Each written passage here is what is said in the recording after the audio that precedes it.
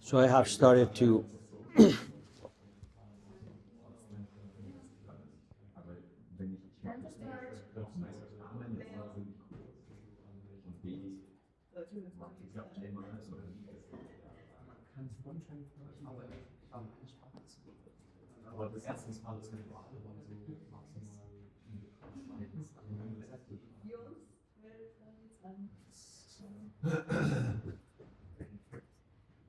Okay, so I have started to produce the videos of the lectures.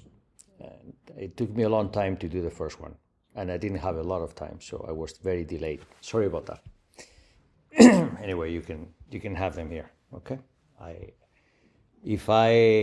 I'm again very busy today. Maybe by the weekend I have all of them up.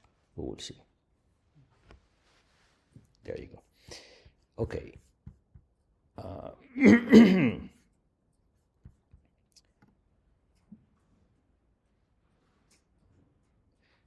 So today I'm going to talk about investment products. Today we're going to be very commercial, I think. That's my intent. The first thing I like to talk about when I talk about investment products are indices. Now this year that's a bit of a downer because we didn't have the ability to study the indices as I wanted to, because we didn't have access to the data. I was talking to HFR yesterday, and I don't know if they were happy with my answers. It's very weird. So maybe we will never again have access to that. I will see if I can have access to indices for future years, but this year this has been somewhat interrupted. So I'll just tell you a little bit about that, and we're going to de-emphasize the concept of the index. We did develop the mathematical framework for indices through the eigenvalues and eigenvectors, and that gives us a very generic way of understanding indices in general. The basic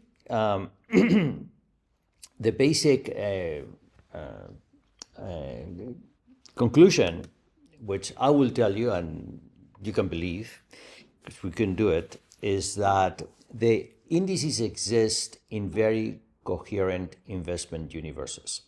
When you go to investment universes, which are very internally incoherent, like for example hedge funds is the best, and then indices start to make the sense that indices have. Indices are good when they capture information, but you can only capture information when there's a lot of commonality between the assets, investments, or products that you have. So I'll just tell you about that a little bit. So that's the first one. The second one is fund of funds. You can have a fund, like the one we developed here on the first day. You can have ETFs, you can have mutual funds. Then a fund of funds is a type of investment that just takes money from investors and invest in other funds. They are investment intermediaries. And despite the fact that they're investment intermediaries, they're actually very interesting. And I'll say actually a lot of things about them today. And there's interesting math to develop there. This is going to be very much in line with the topics of portfolio construction, because portfolio construction is how you create investment products. You take a bit of this, you take a bit of that, you put them together and you sell them. When you do that, take a bit of this, take a bit of that, put them together and you sell them. How do you put them together? What do you look for? How do you diversify? Do you not diversify? We're gonna see that some investment strategies do not diversify. In fact, they concentrate risks and they sell them as something good. And I'll explain that. Okay, so some surprises there. But when it comes to portfolio construction, there is the ones that you already know, the ones that are typically studied, like Markovitch and Sharpe ratio. We went through that on Tuesday. Today, I'm going to talk about the postmodern methods of asset allocation. 1/n is one of the most it's perhaps the postmodern method of allocation, which is just allocate the same to everything. And I'm saying it's very postmodern because it goes very much along the philosophy of postmodernism, which is based on nihilism, which is based on I don't care, right? So this is like the I don't care approach, and there's a lot of investors. I'll talk about that. Then I'll talk about risk parity, which is going to be perhaps the main method that I will focus on today. Then there's going to be minimum variance. Okay, so I'll talk about these. Then once I do that, we'll probably take a break, and I will move to talk about leveraged products, which is the beginning of a wonderful framework for investment engineering, and I will show you. So from there, we will see protected notes. From there, we will see how we can do loans, levered loans, options, and collateralized fund obligations, and so on. And we will do guaranteed products. So that will be the last part, which is how a lot of these things make it to the retail public. So guaranteed products is one way which is very retail focused, and I will not talk about managed accounts. It's there, but I don't think I'm going to talk about that. All right, so I'm going to start talking about hedge fund indices.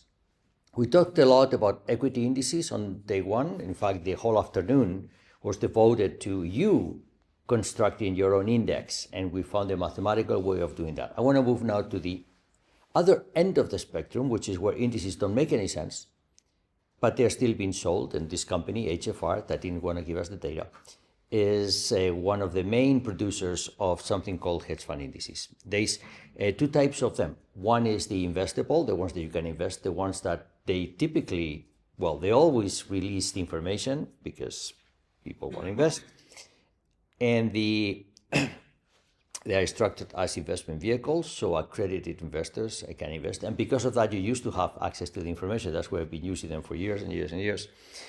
And they are constructed based on methodologies with certain constraints that you can read. They are, or they used to be. I think the methodologies are still there. I'm not sure. And not so interesting for you, but if you're curious how these things are put together, you can do that. By the way, I don't know if you know, but when it comes to stock indices, something similar is going on. For example, there's the S&P 500 index. Do you know how the S&P 500 index is put together? So the S&P 500 index is done by who? Standard & Poor's.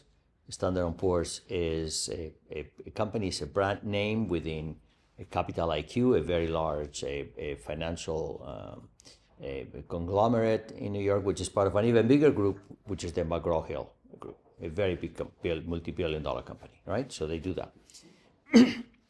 And they have what's called a index committee. So a bunch of people appointed by management of the company are put together, and they are the index committee. And once a year, more or less, they decide which companies are in the S&P 500 and which ones are not.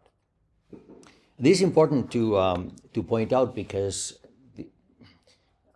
these are indices which are put together by people. They're not put together by a computer. They're not put together by a group of academics. And they're put together by a company. So the reason they exist is because they make money. These indices exist to make money.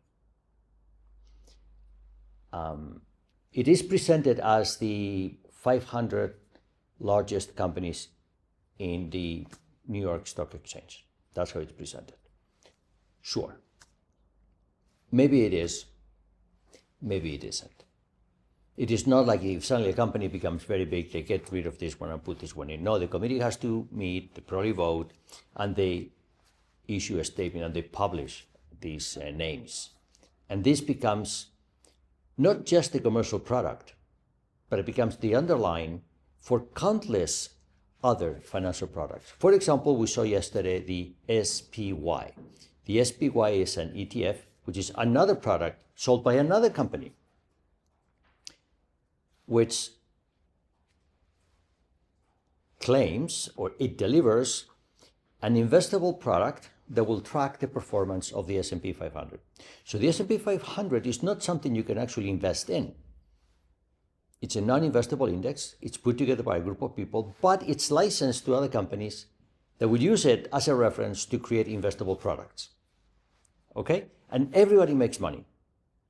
Some make money by creating this S&P 500 index with published companies and licensing the names of the companies, whatever that is. So other asset management companies can create investable products based on that with published methodologies which are verified. And then they make money on them too. Okay? So everything is commercial. No one works for free. That's how stock indices work. In this case, hedge fund indices on the other side, they work very much the same. There is a company, it's not McGraw-Hill, it's HFR and others, and they publish these things, these indices, and they have different indices. We went only after the HFRX, which is the investable one here, but they also have the other one with the HFRI, which is the non-investable, which is very old. It's been around for a long time. And it was sold to the public, also for money, as a way to giving investors an idea of what different hedge fund strategies were doing. So you see there's a parallelism between stock indices and hedge fund indices, both commercial, both put together by people, both with published methodologies, with certain constraints and this and that, and both made for profit. The ones that you did on your own with the first principle component, those are very different. They're not put together by people. They're put together by math. And they just exist. They're not made for profit. No committee decides if this eigenvalue is this or is that. It is what it is. You made some choices. You said, I'm going to take 5 years to calculate my something. So you are making choices. There's some human involved as you. But I want you to understand that these things are commercial and the things that you did in the afternoon are not. At least not yet. If you want to make a commercial, right ahead. But right now there's a very big distinction. And how can they be used? Well, they can be used for many reasons. For example, unsophisticated investors can say, I know nothing about stocks. I'm just going to buy the S&P 500.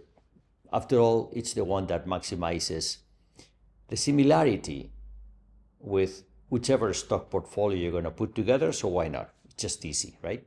And it's cheap.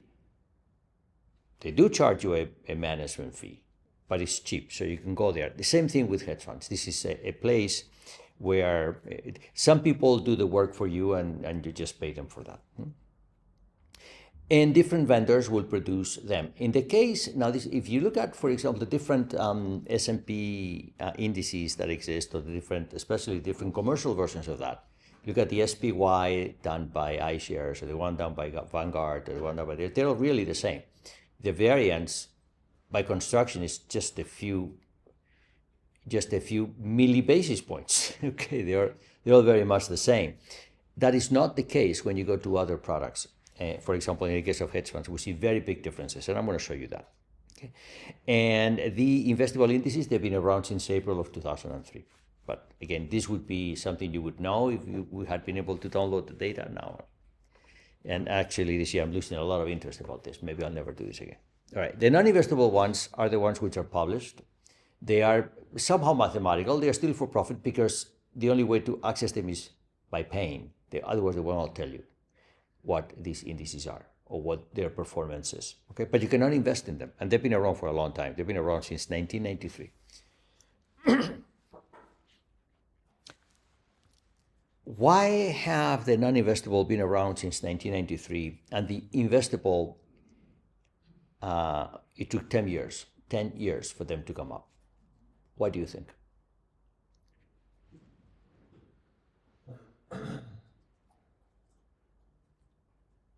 Very simple. Because the non-investable, they were not a business in 1993. The interest in hedge funds was not big enough. But in 2003, the interest in hedge funds came up. We're going to see why today. We're going to see why interest in hedge funds peaked. Well, not peaked. It started to grow in 2003, so then they said, oh, there is interest. A lot of these things are done as a response to consumer interest, and that's the reason. Okay. We will see why 2003 was the year that... Okay, and so when you look at those indices, they come with different styles. We made our own attempt at doing that yesterday.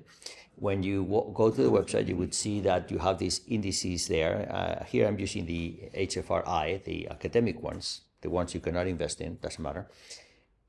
And they are given to us with a certain, we have a certain historical data, and then you can do the variance covariance matrix. This is the variance covariance matrix. Actually, no, this is the correlation matrix. Sorry, this is the correlation matrix. And you can see a few things which are interesting. You can see that, of course, in the diagonal we have ones, so it's a correlation matrix. But then we can see that off diagonal, look at the numbers. Very, very low numbers. Very, very low numbers. What does that mean? What is our interpretation as mathematicians about the low correlation numbers between the different styles? The interpretation is that these styles are really very, very different. They give, if you take the S&P 500, for example, and you take the different sector indices, financials, health, consumer staples, and you do that, the correlations are very high, 80%, 90%, something like that. 80 is low. And here, do you see any 80? They're all lower than 80, right? Yeah. So this is a reflection of the fact that conceptually, we think of a hedge fund as an investment without the first eigen vector, which is the heavy one. So if you remove the heavy one, they're all very different. So it's noise. This is a reflection of noise in those sectors, which is what makes them interesting, because of these low correlations, you can actually diversify them very well and have very stable investment portfolios. And that's why these things exist, okay? There's a histogram that I skipped yesterday. I was not interested in that yesterday. I'm not interested in that today, so we're not going to do that. What I have here is the correlation matrix between the investable and non-investable indices. And what's interesting here is look at the diagonal. The diagonal is look at that, 48%. This is the correlation between the investable and the non-investable index, exactly the same for the market neutral index. What does that mean? That means, the analog of this in the world of equities would be that you look at the correlation between the S&P 500 and the SPY, and you get 48%. It'll be a disaster. There'll be lawsuits everywhere, right? Because the investable is supposed to track the non-investable. In equities, that's what we're used to, and the variance has to be less than 1 basis point. 48%. But you can do better. Why? Because you're dealing with a lot of very diverse type of investment funds. So when you put them together, what you get is very unstable to the components. You remove this one, then it looks very different. Why? Because the correlations are very low. And that is what happens when you remove the first eigenvector from any investment universe, which is what hedge funds do. Hedge funds remove the first eigenvector. Yes? All right. Okay. So let me finish with a comparison between the stock index and a hedge fund index. When this index committee for S&P 500, they meet and they say, this company is leaving the index and this company is going to join the index. The company that joined the index, that day, the price goes up. Why? Because investors think that's going to be a popular company. It's going to be bought by the index, which is a massive investor. I mean, not the index meaning S&P 500, but all the ETFs which are built around the index, for example, the SPY. So if they announce like Home Depot is going to get into the S&P 500, then investors know that there's going to be a lot of buying of Home Depot stock, even if the company does terrible.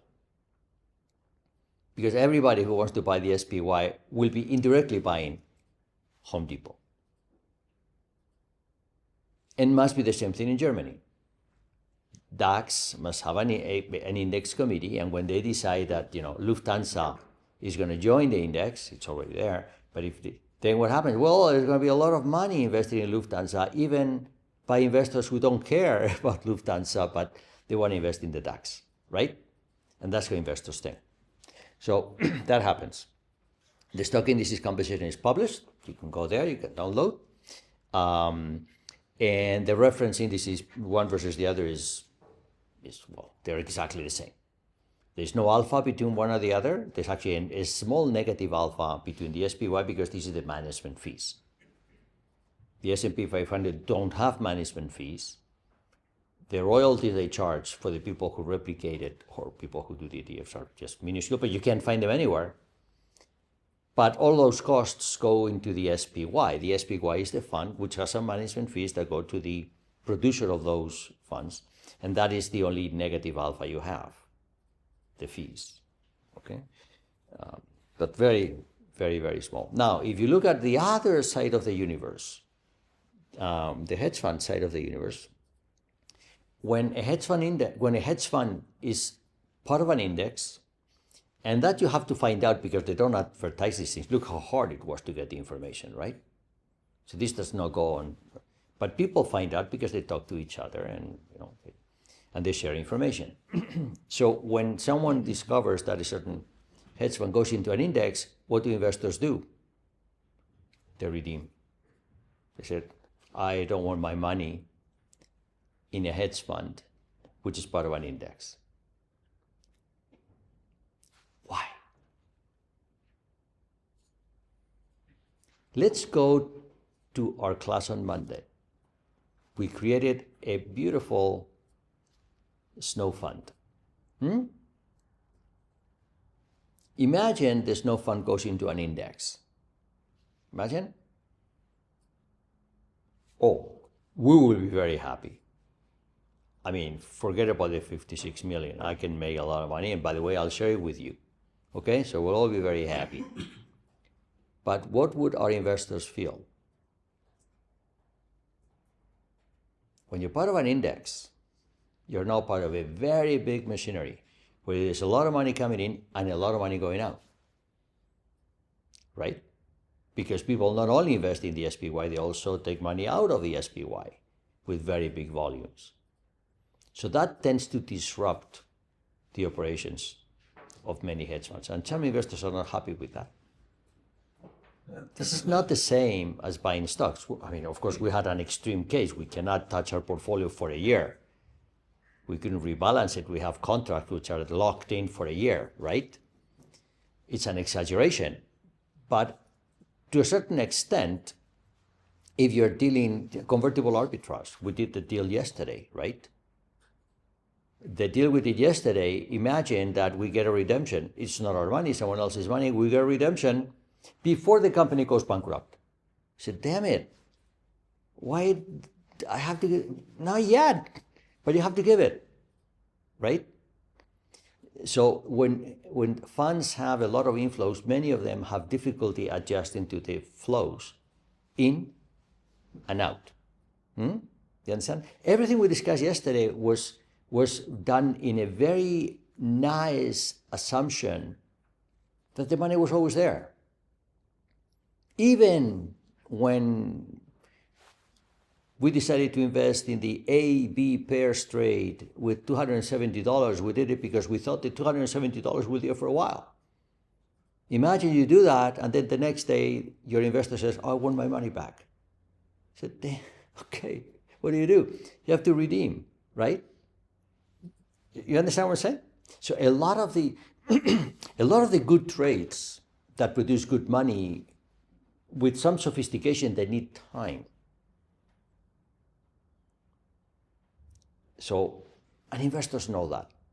So I said, oh, I don't want to be with big crowds. Social trends, or trends of any type, are not good when you're doing something sophisticated. That's what's at the bottom of this. Do you understand what I'm saying? That's good. You're becoming experts very quickly. But you just need to understand these things, okay? I think okay. So it'd be shocking, but I think for you it's quite clear. The key to all of this is to look at investments from a very, very realistic perspective, with a very big open window to see that everything that happens is part of a reality that would be very complex, and nothing is ideal in ideal circumstances. Money comes and money goes, and you can have the best trade on earth, but your investor says, I want my money back because I have to pay for my son's university. Some people don't live in Germany, they have to pay for university, and then what do? You cannot exercise those wonderful trades. You have to give the money there. So these are the realities of investing, and the realities affect the real world, and that's what I want you to learn today. No, the hedge fund indices composition, the indices are not published. Just, good luck going there, They didn't even want to tell us what the performance was last month. They're going to tell us who's in the... So this is all secret information, very hard. And we already saw that the statistics are ridiculous between the investable and the non-investable. That will be illegal in the case of stocks. Very different, very different. But guess what? Commercially, they work, because this is a way to raise billions and billions of dollars. And don't ever forget, the business of investing is driven by the management fees. It's not by doing something smart. Like, that's of secondary importance. Selling, that's the thing. That's why the people like Jan are in charge of this world. And that's something I want you to, if there's one thing you should learn from my course, it's all about selling. Much less about managing. And you can see everything that I'm talking about here is all about that. It's all about the commercial aspects of why these things exist. Okay, good. So now let me talk about a fund of funds. Fund of funds is a strategy which is I just get money, and instead of buying individual stocks or individual bonds or individual convertibles, I just give it to other funds, and they do that. I can put some money into SPY, I can put some money into a bond index. That's called a fund of funds. Usually this is done to seek diversification. Okay, so I take a bit of stocks, a bit of bonds, a bit of convertibles, okay? And then you have a nice, stable investment portfolio. Other times they look for themes. And when they look for themes, for example, they would look at, I want to invest, this is very typical, I want to invest in funds that only do commodities. Yesterday, since we couldn't get the data, we made an attempt that you can recreate your own commodities trading shop. And I gave you, I assume you have not done it, but at some point you will do it. You create your commodities trading strategy, and then, well, there's managers, that's what they do. And some people just love that. They want to invest in funds that only invest in commodities. And then you can say, well, wouldn't you like some diversification? I said, no. I don't believe in stocks. I think stocks is blah, blah, blah. I only believe in commodities. I believe in things that people need to eat. Okay, fine. You can do that, okay? Sometimes what they look is for things that have a special risk premium. For example, I only want to invest in things that have a lot of liquidity. I would never invest in a snow fund. Things that I can sell tomorrow. Okay, fine. By doing that, you may think that you are introducing some intelligent risk control mechanisms because your liquidity risk is much, much less. But also, it's giving you a very concentrated portfolio because some of the nice strategies, maybe they don't have the liquidity that you're looking for. So just be aware of that.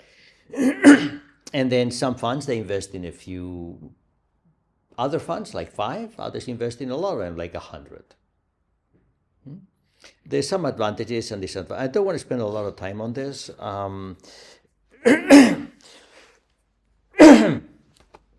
Apologies. One advantage that they have is because these fund of funds, as you can imagine, they can be very, very big. Our little snow fund could be as big as $2 billion. That's all we could be.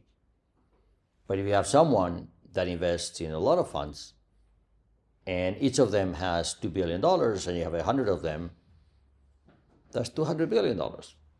So you can be much bigger. And because you're much bigger, you can have access to special considerations. For example, we're going to see this today. You could walk into a bank and say, I want to borrow some money to invest more. Where would you do that? We will see. But because you're such a big investor, so sure. I mean, you're. If you go to a bank and say, I want to borrow money to invest, they say, no, right? So sometimes they can do things that other people cannot do. They can also hire very good people, pay them very well, so they do lots of investigations and you make less mistakes. There's many things you can do. Okay, right. But sometimes what these guys do is they simply become marketing shops for the funds that they have. And at this point, this is very important. Do managers in this case, do managers act in the interest of investors or in the interest of themselves? So you could argue that everybody acts in their own self-interest. You can argue that, okay? And perhaps if you do the statistics, you say, no, not everybody, only 99% of the people act in the interest of themselves. Okay, fine. Maybe there's 1% who don't. But whenever you have an investment company, you need to understand why they do what they do. Some of them, they are like car sales shops. They are like car dealerships. You go there and they have these cars, and I want to sell you these cars. Which one do you buy? I don't care. I may say, oh, you have a big family, then get that car, which is bigger. Oh, you're just yourself? No, I'll go with a smaller car, or I may less. No, go with a big car, you know? But by and large, they just want to sell those cars. If you go to an Audi dealership, they said, oh, actually, you know, BMW has the best car for you. Just go to BMW. Do you know anybody who does that? No. Well, okay, so let's go to the investment world. And you go to a fund of funds and say, I would like this. He said, oh, my fund is perfect for you. Or you can say, you know what? That other fund, which is not in my portfolio, is what's best for you. Let me get it for you. No one will do that. No one will do that. Well, that's not true. Some people will do that, but that's very rare. Very, very rare, right? So that's something that you also need to understand.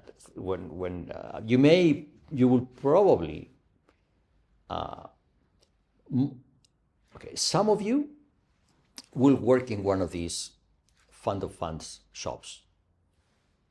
For example, if you work at Siemens Pension has a very big, sophisticated portfolio. They invest in other funds. So Siemens Pension is a fund of funds. It's a wonderful fund of funds because they don't have investors they have to please. Their objectives are given by themselves. So they're not there for any commercial reasons. When they invest in something, it's because they are convinced it's a good investment. It's not a commercial operation. It still is a fund of funds. And they have a way to invest, which is they have a lot of diversification. They want this, they want that, and they think as you would imagine a good investor thinks. And they do, and they're very good investors, by the way. But now if you go to I'm not going to give names, but if you go to Germany has a few, if you go to these fund of funds shops that just want to sell something, they sell their stuff. That's what they do. And if you're inside those shops, then, well, you will be in the business of selling those products and managing whatever it is with the constraints of the funds they work with. You understand what I'm saying? So the perspective will be very different depending on where you work. And it's very different if you work at, say, Siemens Pension, or if you work on one of the multiple fund of funds in Germany. But then most of you will be on the other side at some point. You will have someone investing in some of your operations. You will have, for example, hedge funds are the bank's best clients. They're in Germany because Germany barely has any hedge funds. It's an illegal operation. You can't, Germany has more drug dealers than hedge funds, I'm sure. Okay. But, again, outside of Germany, in normal countries, you're going to see that hedge funds are, everybody's best client. Why? Because they tend to come with the best deals. They do very sophisticated things and they need lots of services, and they pay very well for those services because they themselves get paid very well, right? So you're going to be, at some point, you're going to be interacting with this world I'm talking about, even if you're not yourselves inside this world.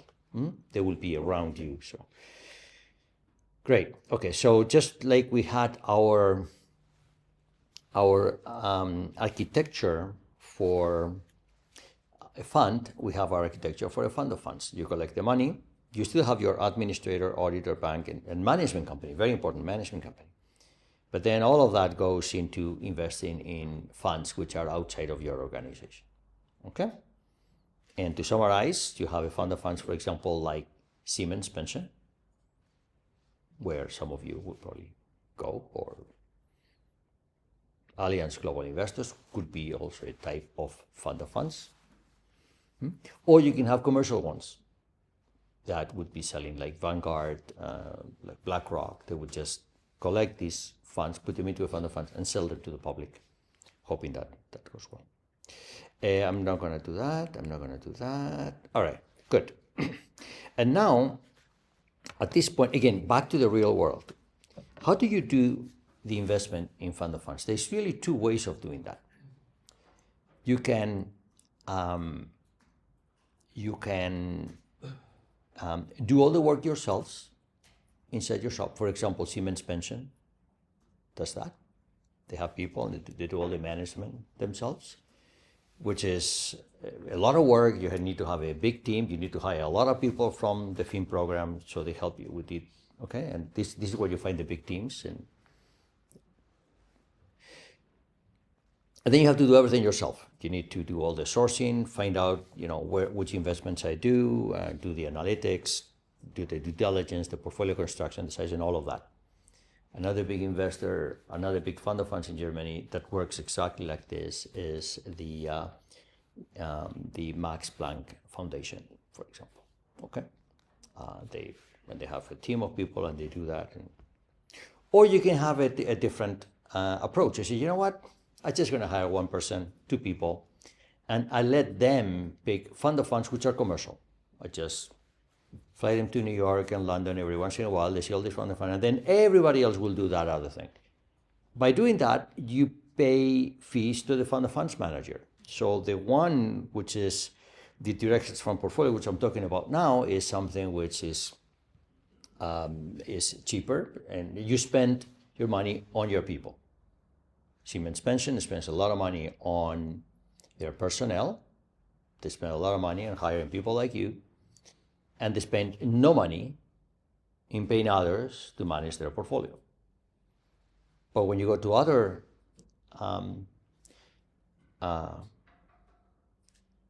funds,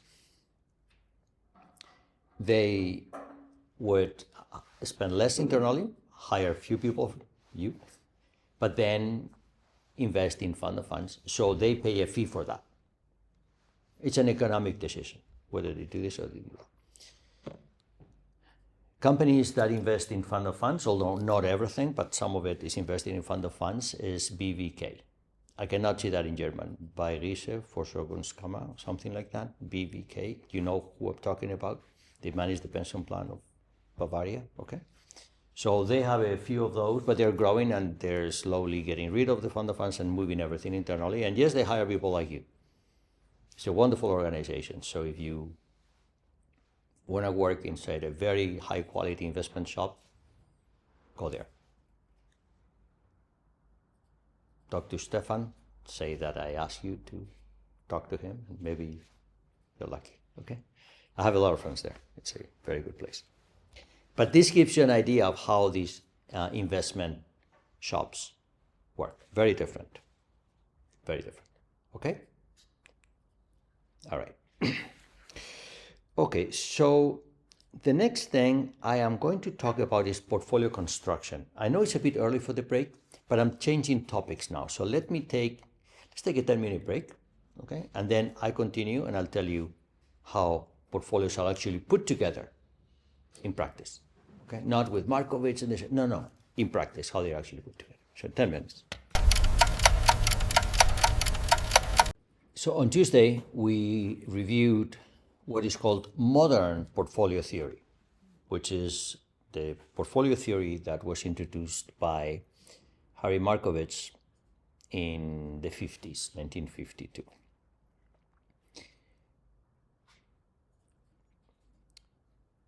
I'm going to talk about now postmodern portfolio theory, which is the portfolio theory that came after modern portfolio theory.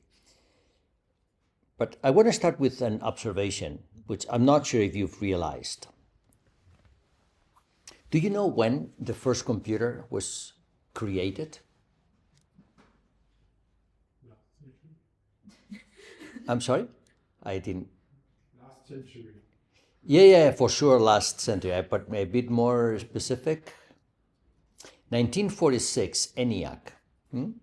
That was not really a computer in our sense today. It didn't have any memory. It didn't have any. It was able to do calculations very fast, maybe I think 5,000 per second, okay, which was incredible feat. But you couldn't do programming. There was no language. It was all screwdrivers and wires. But it was able to do calculations 5,000 per second. A computer as we know them today came in 1951. In Princeton at the Institute for Advanced Study. It was called the von Neumann machine. And that was done at Princeton. Actually, the director of the institute was Oppenheimer. Have you seen the movie? Oppenheimer? Yeah, it actually happened exactly as the movie was taking place. They didn't talk about the von Neumann machine, they talked about the Manhattan Project, but it happened at the same time. Okay? That was 1951. And you know Markowitz theory, right? You saw it here, you've seen it before. Can you imagine doing Markowitz theory without a computer? Who would sit there and write down by hand the stock returns for the last 5 years? Do the standard deviation, doing a sum of 1,000 terms. Imagine that? By the time you fix all your mistakes, like the investment opportunity is finished. Okay, you've retired and your pension is already. So Markowitz was not only very smart and he had a beautiful theory, but it was also at the right time when the technology was able to support those theories. It's very important, okay? If Markowitz had had those ideas in 1910, we would not know who Harry Markowitz is. And if he had had those ideas in 1975, someone would have done them in 1952, and then we would also not know who Harry Markowitz is. So there was some specific technological complement to his theories. Now, what happened after that is by the year 2000, and we've talked about this, but now is the right time to. By the year 2000, what happened? By the year 2000, everybody had a computer on their desk. Not on their pocket yet. That came later, okay? I know that you're very young and you may have that blurry idea as to how technology developed, and no. So in the year 2000, people had a computer on their desk. Sometimes it was a shared desk, not even you had your own computer, but everybody had access to a computer in the year 2000. So what happened after that is everybody became Harry Markowitz. Everybody had their own theories, and some were crazy theories, some were not crazy theories, and some people got lucky. I said, oh, I got lucky, I have a wonderful thing, and then you believe in your algorithm because it has worked. Then you put a lot of money to work, and then you lose all of it, and then say, oh, I was wrong. And but everybody could experiment, everybody could develop their own models. And that was the beginning of the death of modern portfolio theory, because everybody had their own, and everybody thought they could beat Markowitz. Some people were right, most people were wrong, but some people were right. And that was the beginning, really, of a portfolio construction, post-modern theory, and this happened because people were able to do their own experiments and their own calculations. So I want to start with the perhaps the first that came up, which was, it's a very good description of what was happening at the time, and it's the 1/n methodology. Something that was known before the year 2000 is that Harry Markowitz, although the theory is predicated on diversification. Harry Markowitz said that diversification is the only free lunch in financial markets, and the correlation is taken into account. The fact of the matter is that diversification has a very small effect on optimal portfolios. I don't know if you've built optimal portfolios the Markowitz way. You have, and then what you see is that, yes, it doesn't pick one asset, it picks maybe three. The diversification effects of the theory are very weak in practice, okay? And people have known that for a long time. So, and then of course everybody came up with their own methodology. One methodology which is very interesting is the Black-Litterman, which I don't know if I'm talking about today. In any case, it's not one of my main objectives today. It's not that. The one that first came up is, some people said, let me do something very simple-minded. Let me just say, I'm going to allocate my assets proportional to, if I have 10 assets, I just give each of them 10%. Let that be my benchmark. Easy to implement on a computer, and I compare with what I would get with Markowitz. It was hard to do in the 1950s because to implement this, you had to find a computer to begin with. But in the year 2000, no problem. I can have a computer, and then I test, and then what do people find? What people find is that you can do better than Markowitz by just allocating 1/n. And by the way, 1/n has very good diversification, right? It actually has less concentrated portfolios than Markowitz. So very quickly, there was a wave of nihilism hitting the investment sector, and people were saying, I even heard people say that they should remove the Nobel Prize to Harry Markowitz.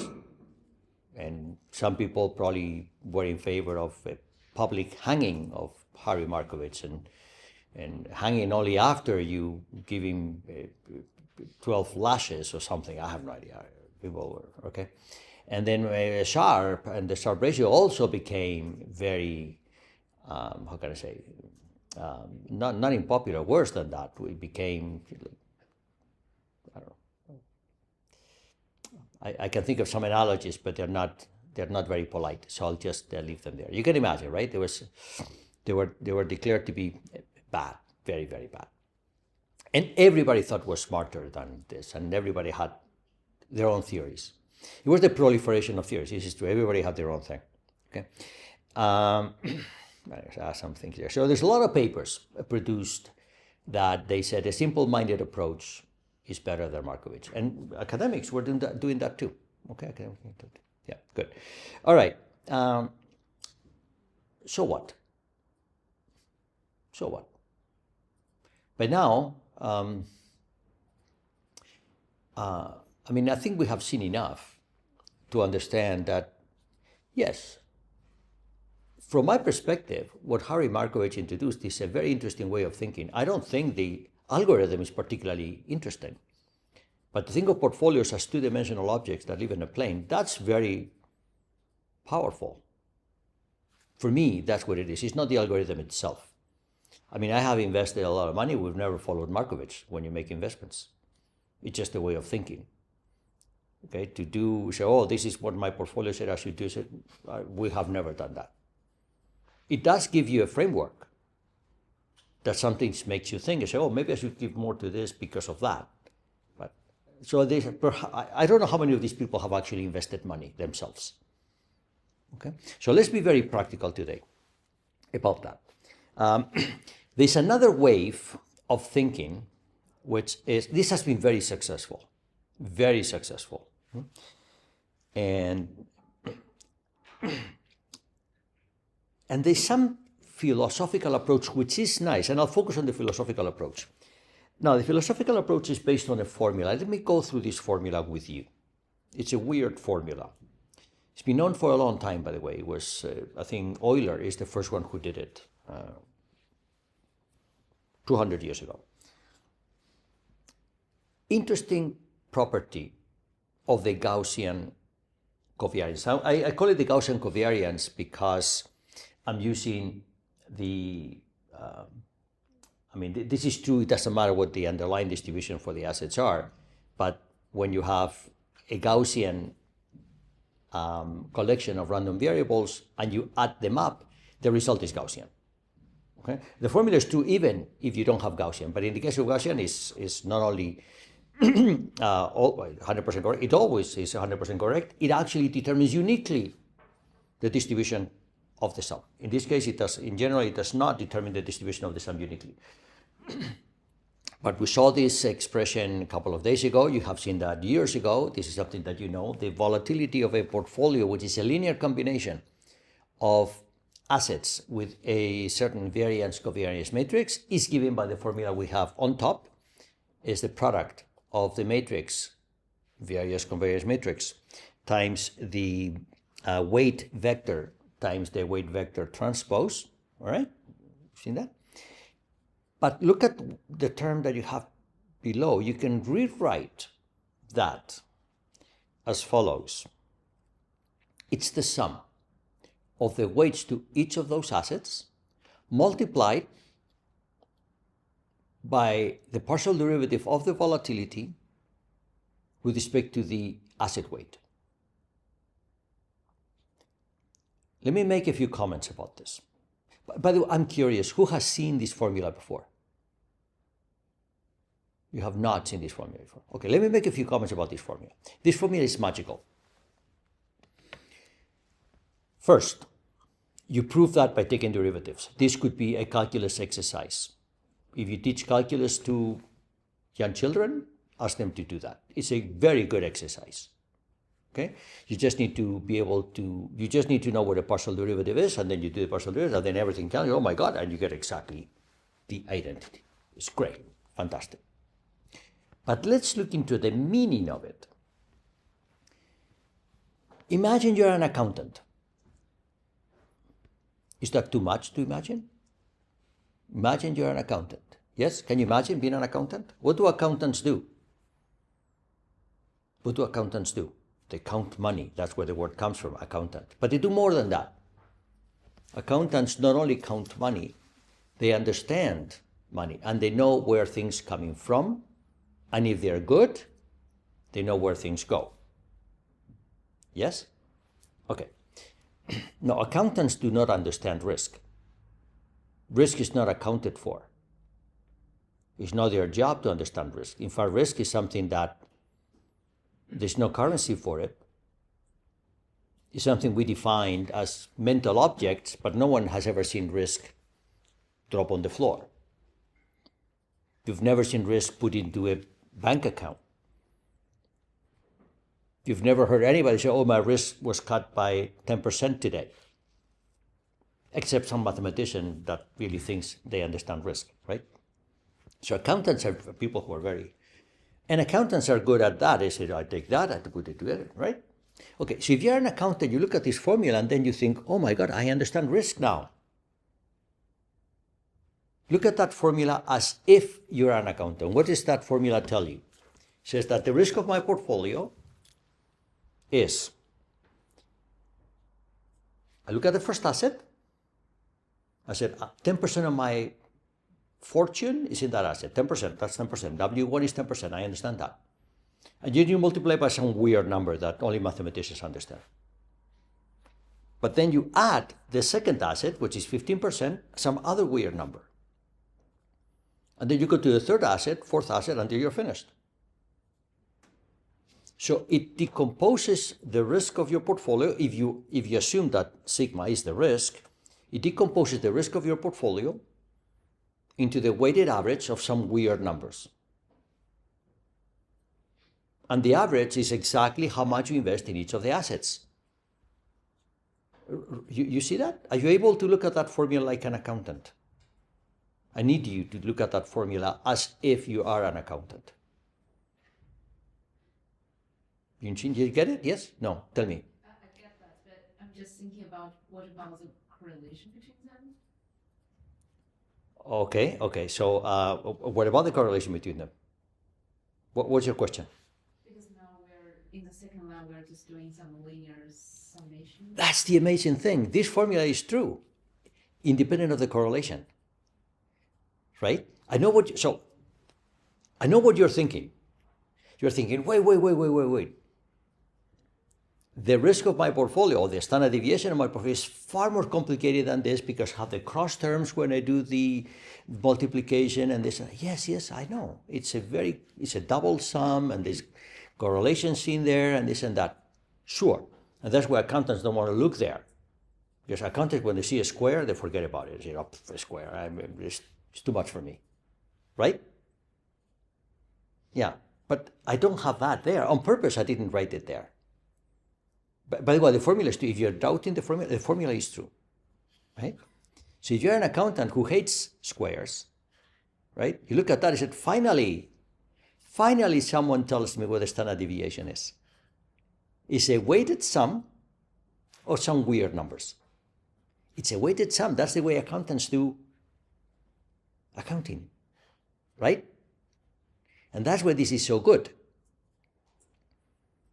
Despite the fact that the formula is true and Euler knew about that and people do partial derivatives and this and that, for an accountant, this is great because what it does is it accounts for what?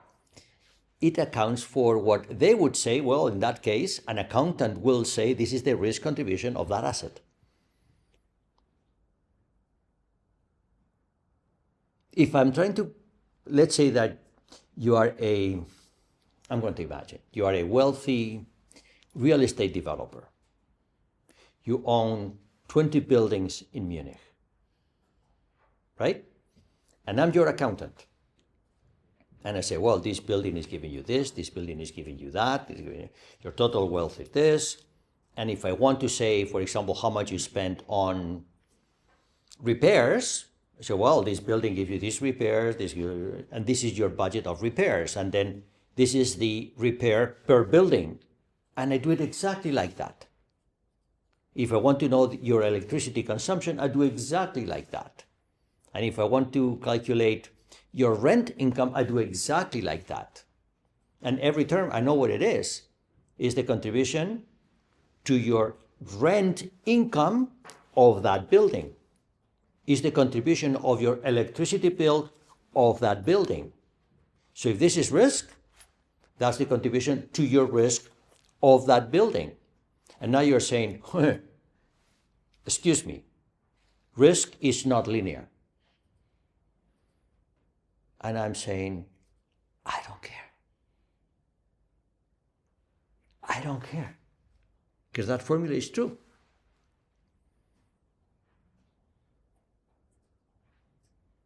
Understand? So I'm doing something which is poetry. I'm taking something that looks like something. It isn't that, but it looks like something. So, well, then that's what it is. They say, wait. Have you noticed, Mr. Accountant, that the electricity bill of this depends on the electricity bill of that? This is what you're thinking, right? Okay. I don't understand what you're talking about. I look at the formula and I see that my risk is the combination, linear combination of these things. So I call it that. Okay? It's true. What you're thinking is true. Right? It's as if the electricity of the consumption of this building and the electricity consumption of that building are related. And they are related. But according to that formula, they're not. Or I can ignore that dependence. Right? So let's choose to ignore that dependence. It's there. I'm not saying that it has disappeared. That dependence is there. But now I'm going to think of the risk like that. What happens if I think of the risk like that? By the way, this is true. This has a name. It's called the marginal risk contribution, which is accounting speak. That's how accountants work. That's how accountants talk. That's the marginal contribution to my electricity bill of that building. That's how they do it. You understand what I'm saying? Okay, so I'm trying to get you to think like an accountant. Don't think like a mathematician now. The mathematician gave you the formula. If you have any doubt, you can do the partial derivatives on your own and say, oh, it's true. Okay, if it's true, allow me to interpret this formula as I'm telling you. I'm going to call each of these terms the risk contribution of that asset, and that particular derivative is the marginal risk contribution of that asset. Sure, it depends on the other assets and the weights of the other assets. Sure. Yes. But still, I think about it like that. Yes? It's just a way of thinking. It's just a language I am developing to understand this formula. So then, if that's the case, someone would say, I know these guys, that they like to allocate equal amounts of cash to their investment portfolio. But then I'm thinking, why would I do that? That investment is very risky. Will I allocate the same amount of money to a risky investment as this one that has no risk? That doesn't make sense, right? So why don't we think of another way of allocating, which is, I will make sure that the risk I have in my portfolio comes as equal contributions of risk from each of the assets in my portfolio.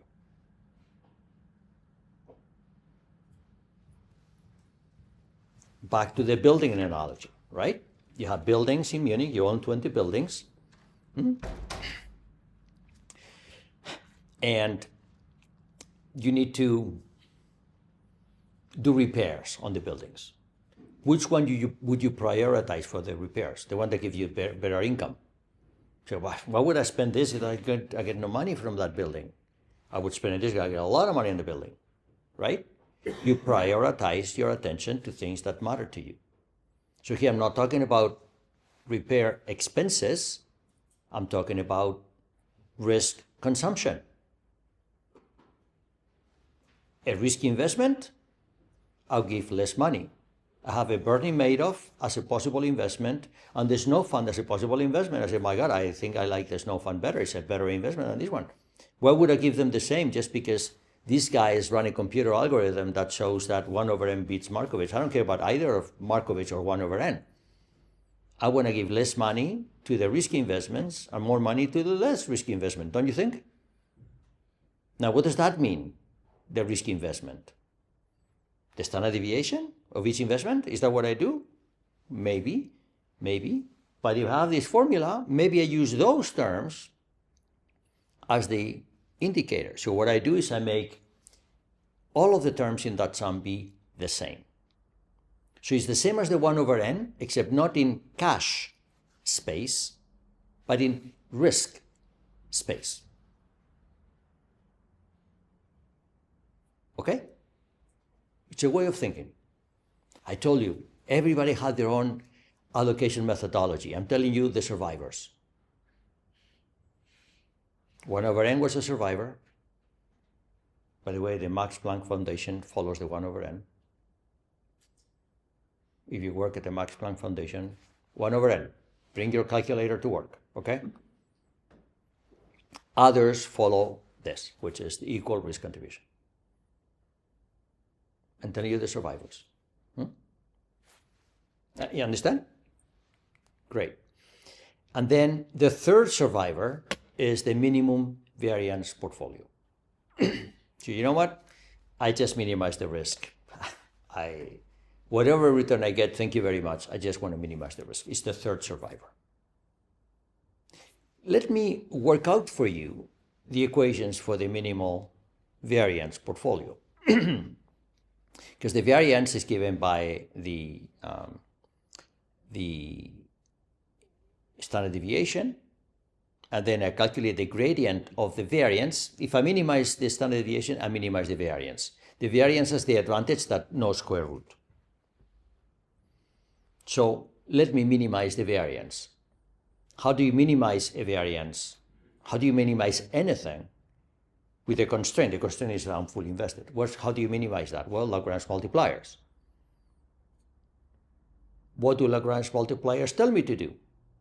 I have to take the gradient of my objective function and see where the gradient of my objective function is orthogonal to my constraint manifold. Lagrange multipliers? Like that? Yeah? How to be like? Yes? The gradient has to be aligned with the normal of my constraint manifold. Let's calculate. What's the gradient of my variance? Is the partial derivative of sigma. What's my constraint space? It's a hyperplane. It's that one, right? The sum of the weights equals 1. The normal to that is the vector 1, 1, 1, 1, 1, 1, 1. Geometry? Are you good with geometry? The hyperplane, which is the sum of my weights equals 1, has a vector, a normal vector. The normal vector is the gradient of that expression equals 1. The gradient of that is, well, what is it? Is derivative with respect to the first asset 1, derivative with respect to the second asset 1, third asset 1, 1, 1, 1, 1. So the vector 1, 1, 1, 1, 1 has to be aligned with the gradient of my objective function, which is the gradient of sigma squared, or sigma divided by, or with respect to the weight. That's the gradient. So the gradient has to be aligned with 1, 1, 1. That means that all the components of the gradient have to be the same. Then it's equal weighted? Then it's equal weighted? It's equal weighted? Equal weighted. No. Okay, hold on. The risk is sigma, yes? The gradient of sigma is the partial derivative of sigma with respect to first asset, second derivative of sigma with respect to the second asset. I'm not weighting anything. It's a vector. The gradient of sigma is a vector. It's the vector that contains the partial derivatives in each of the components. That vector has to be aligned with the vector which is 1, 1, 1, 1, 1. When will that gradient vector be aligned with the vector 1, 1, 1, 1, 1? Aligned means one is a multiple of the other. So if in this vector all the components are the same, in my gradient vector all the components must be the same. Okay, you understand. I can see you understand too. Everybody understands? Leon, do you understand? Laura, you understand? Yes? No, you don't. You do? We have to choose the same vector, right? I cannot hear you. So we have to use the same vector, but They have to be proportional to each other, yes. So do you understand that equation there?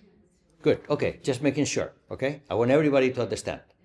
Everybody understands, yes? Jonathan? Okay, oh, okay, all right. So I'm trying to minimize the standard deviation subject to a constraint. The constraint is a hyperplane. The hyperplane that says all my wealth is fully invested, okay? And how do I optimize an objective function subject to a constraint? Lagrange multipliers will tell me, yes, I have to take a gradient, okay? Lagrange multiplier will tell me that the gradient to my objective function, which is a vector, that vector, the gradient of my objective function, that vector has to be has to be orthogonal to the surface, which defines my constraint. In this case, the surface that defines my constraint is a hyperplane. Therefore, the normal vector to that hyperplane, which is equal sums, is 1, 1, 1, 1, 1, right? So 1, 1, 1, 1, 1 has to be aligned with my gradient vector. So the result is that all the components of my gradient vector must be the same. That's what I have there. Yes? Just one question. With this restriction now, we do not go out, we go short, right? Here we could go short. Yes, and that means if we add another constraint to say we cannot go short, then it becomes a little more complicated. Yes. Good point.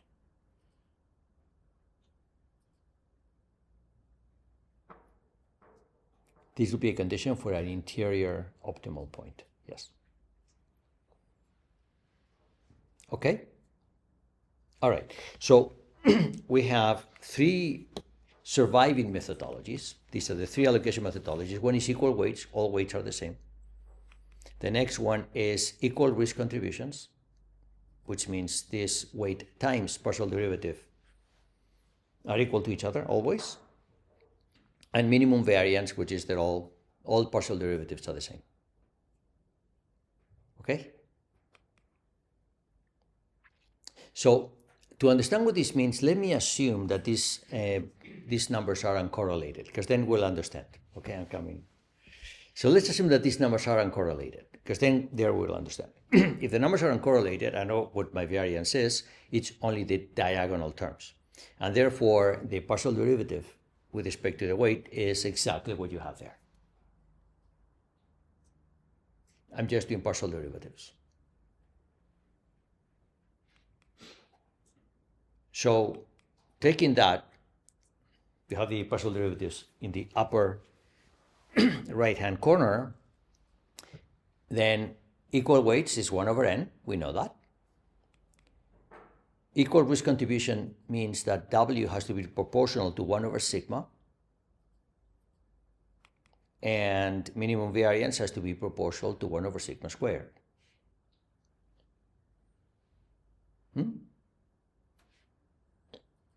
So these are the three postmodern methodologies which are used in practice. And let me use that as a possible application. I'm going to assume that I'm going to pick three universe: stocks, bonds, and hedge funds. I'm going to assume they are uncorrelated. They are not. I'm going to assume they are uncorrelated, so we can see what the result is. The intuition is right. The calculation is wrong. Okay. So if I look at the standard deviation of bonds is 15%, stocks is 30%, and hedge funds is 10%.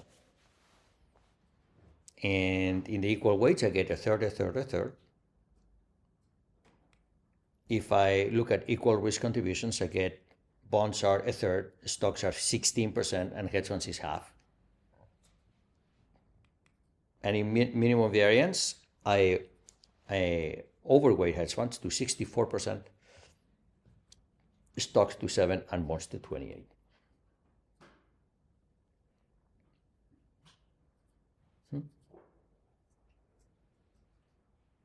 By the way, by way of comparison, the typical portfolio of a German insurance company is 88% bonds, 12% everything else. No one knows what allocation methodology gives rise to those numbers. Insurance companies don't know either, okay? Except that they're very nervous by anything which is not a bond. So there's some psychological component which is not part of any mathematical theory that I know of. Behavioral finance. Behavioral finance, there you go. I thought insurance companies try to match their assets to the liabilities to the lifetime of the liabilities that they have. Correct. Correct. They do. Yes. Yes. The interesting part is when interest rates were zero, so bonds were given zero, and their liabilities were at 4%, their portfolio was the same. And I can guarantee you that that portfolio is very far from optimal if rates are zero and your liabilities are 4. Yes? When they, for example, decide they want to have 80-20, can they then use these methods in the bond portfolio they have? Sorry, say that again? Like when you say you want 80% bonds and then how you put the rates in this 80% bonds, how can you then use the same methods? So you use sort of equal risk contribution in your 80%. So I don't understand. You're talking about this contribution and you say 80%? No, when you just take 80% bonds and then just look at bonds. Yes. If you then can use the same methods. If you only look at bonds. Oh, yeah. If you only look at bonds, you can use it. Yes, of course. Yes. Oh, yes, of course. Yes. Yes. So you've decided you're only going to invest in bonds. Then you take your bonds and calculate the risk. The risk of bonds is more or less the same, right? The duration is the only thing that will be so. Actually, that's a very nice idea.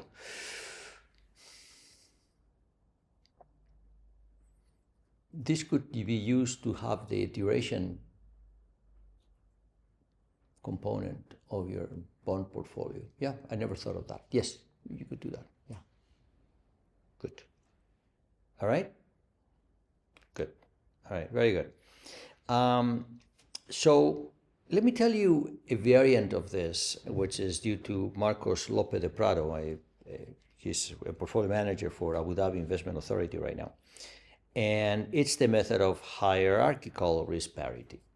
Okay? It's a version of this, which risk parity is very nice. It works, it's there, but it has some issues. And this is a way to address some of these issues. And I want to tell you, because it's very nice. It's very nice, and it's attracting a lot of attention. So I start with a very simple formula. If I'm doing risk parity with only two assets, only two, then the equations that I need to satisfy is that the partial derivative of the portfolio standard deviation should have a sensitivity which multiplied by the asset weight is equal to the other one. So this is now called MRC, the marginal risk contribution of the first asset, which I have there explicitly written, should be equal to the marginal risk contribution of the second asset, which is also there explicitly written. So these two should be the same, right? Well, if these two should be the same, that's very easy to solve. We know exactly what the answer is. Is the proportion between the assets has to be the proportion between the standard deviations. And this is true. By the way, this is similar to what I did earlier with the uncorrelated assets, but now if they're correlated, this is exactly the same in the case of 2. In the case of 3, it's much more complicated, but in the case of 2, it's the same. Okay? So, marginal risk contribution when you have only 2 assets is very, very simple to solve. Is this. So, has a unique solution, which is this thing that you have here. And each of those numbers, sigma 1 and sigma 2, can be calculated explicitly once you know what your portfolio is. Can you explain again why MRC1 is equal to MRC2? So what? Sorry, say that again. Why? Why the marginal risk contribution from 1 is equal to 2? Oh, that's the risk parity algorithm. So equal risk contribution is the marginal risk contribution of one is equal to the other. So this is our assumption. That is our method. Wait. The risk parity, sorry, okay, so first of all, risk parity is the same as equal risk contributions. I forgot to say that. Okay, so risk parity, everybody calls it risk parity, okay? Equal risk contributions is risk parity. So risk parity is the marginal risk contributions are the same. Okay, so if they are the same, then these are the expressions for the same. So I'm going to use the fact that when I have two assets, it's very easy to calculate what the weights should be according to the marginal risk contribution, okay? Maybe I should say something before I go this far. If you're trying to solve that system of equations, which is that, say you have 10 assets, and you want the marginal risk contributions of the 10 assets to be the same, you have a system of 10 equations with 10 unknowns, right? 10 equations? Actually, no, that's not true. Sorry, what am I saying? You have not 10 equations. You have 45 equations with 10 unknowns. You have 45 equations with 10 unknowns. If you think equal risk contribution for 10 assets, where are the 45 equations coming from? Because you have, that's the number of pairs I have. Number of pairs is 9 times 10 divided by 2. So that's 45. So I have 45 equations, 10 unknowns. Difficult. You can do it, and then there's a method which I will show you, okay, how to do that. But if you have two, the answer is here. It's very easy. Two equations, two unknowns, done. That's the answer. That's the answer. So if that's the answer,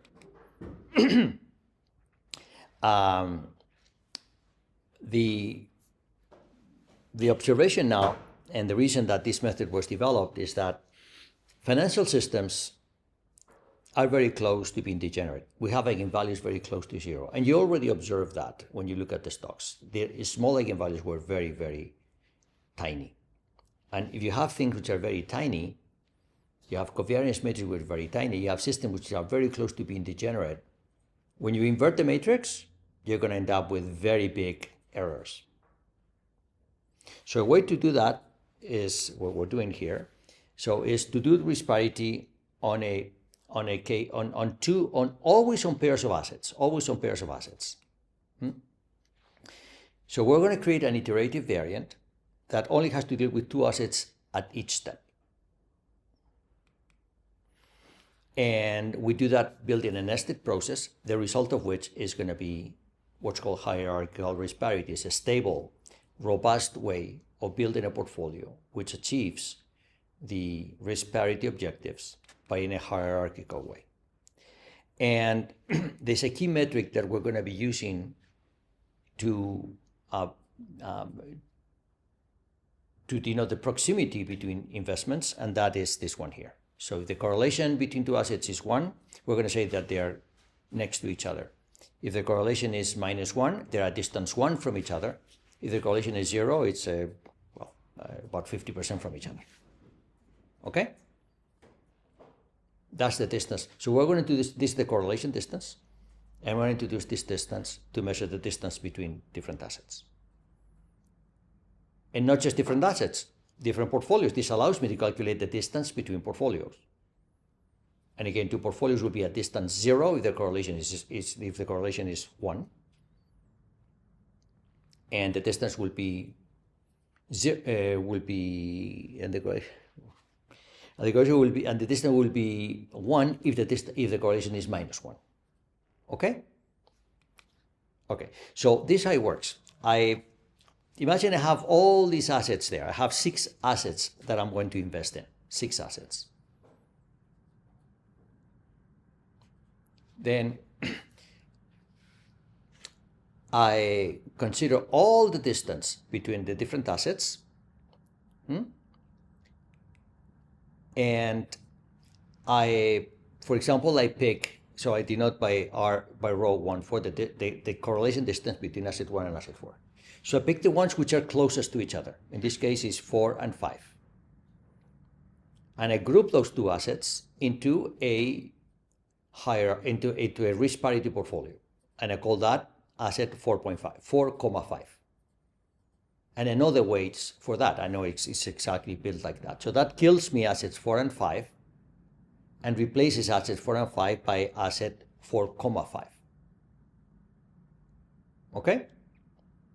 Now assets 4 and 5 have disappeared. They are no longer available to invest. The only asset I have available to invest is asset 4.5.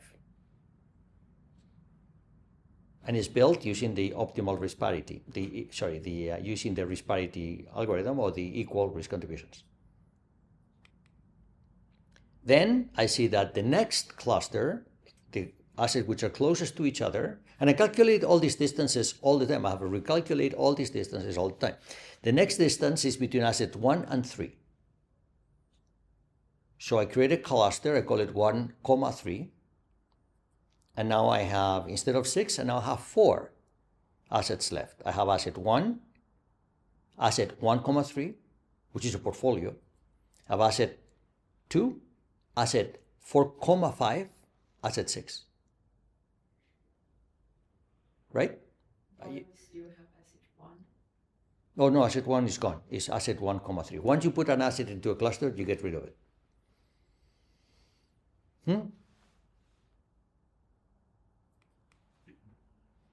Then let's say that the closest cluster I have now is it's clusters 1,3, and 4,5. So I create a new cluster, is asset cluster 1,3, 4,5. So now I have 3 clusters left, and then I continue. So I have that one, and then I'm done. And at every step along the way, I know how to calculate the weights, because I'm always doing risk parity with only 2 assets each time.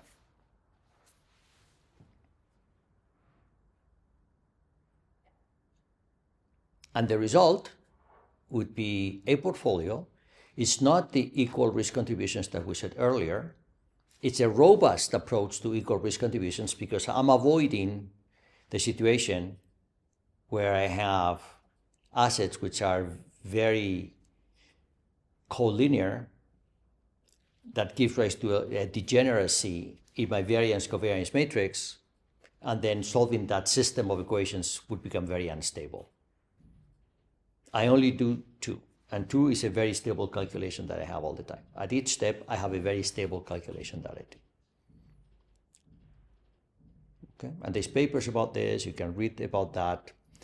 I'm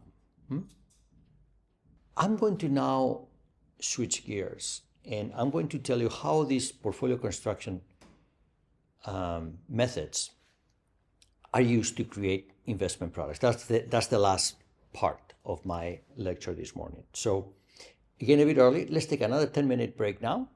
And then when we come back, I will tell you how these products are actually put together into commercial products.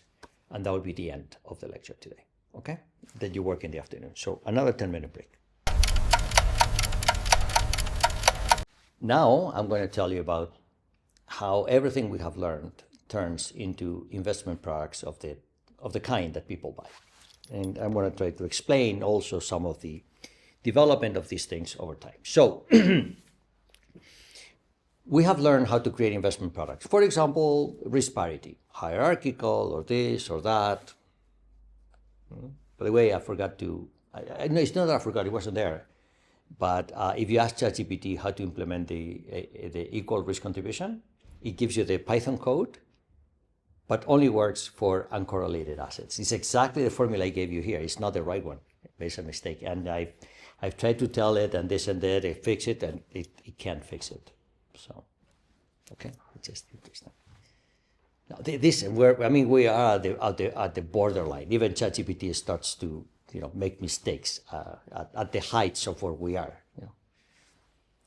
We have climbed many hills in this course, I think I'm delivering on my promise that you'll be in the top 1% of knowledgeable people in Germany about these things. Yes. So everything. What I'm going to talk about now is this: you create an investment product. Sometimes that investment product goes to market like that, but sometimes it doesn't. You create things around it. You create structures around it, and that's what goes to the market. And I want to talk about that. The structure typically contains two pieces. One is an equity piece, which is what investors actually purchase, how investors actually enter. And the other one is a debt piece, which is typically provided by a bank or sometimes bond investors. As with everything, as with every company, as with every good company, is a mixture of equity and bonds. And a good investment product is also typically a mix of equities and bonds. The debt holders get yield from the investment product, and the equity holders get return. Now, my favorite one is leverage investments, but I'm going to do that role playing. It's so much more fun. Okay, so this is what I'm going to do. The year is going to be the year 2001. 2001. Okay, and I need an investor now who wants to invest with me. I'm very happy. Lots of hands. Right? That's great. So at least with that, I am now very relieved that your future is going to look very bright. So go with Leon. I think you were the first one by a millisecond to Jan, I think. Okay, so you're going to be my first investor. Okay, I'm going to need 4 investors, so get ready. So you have $25 million. I say dollars because I could say euros, but I say dollars, euros in the same. Yuan, yen, same. 25 million. Okay. And the year is 2001, and it's very important that the year is 2001 or 2002. But I want to start with 2001 because with 2002 I run out of years. I need to finish by 2005.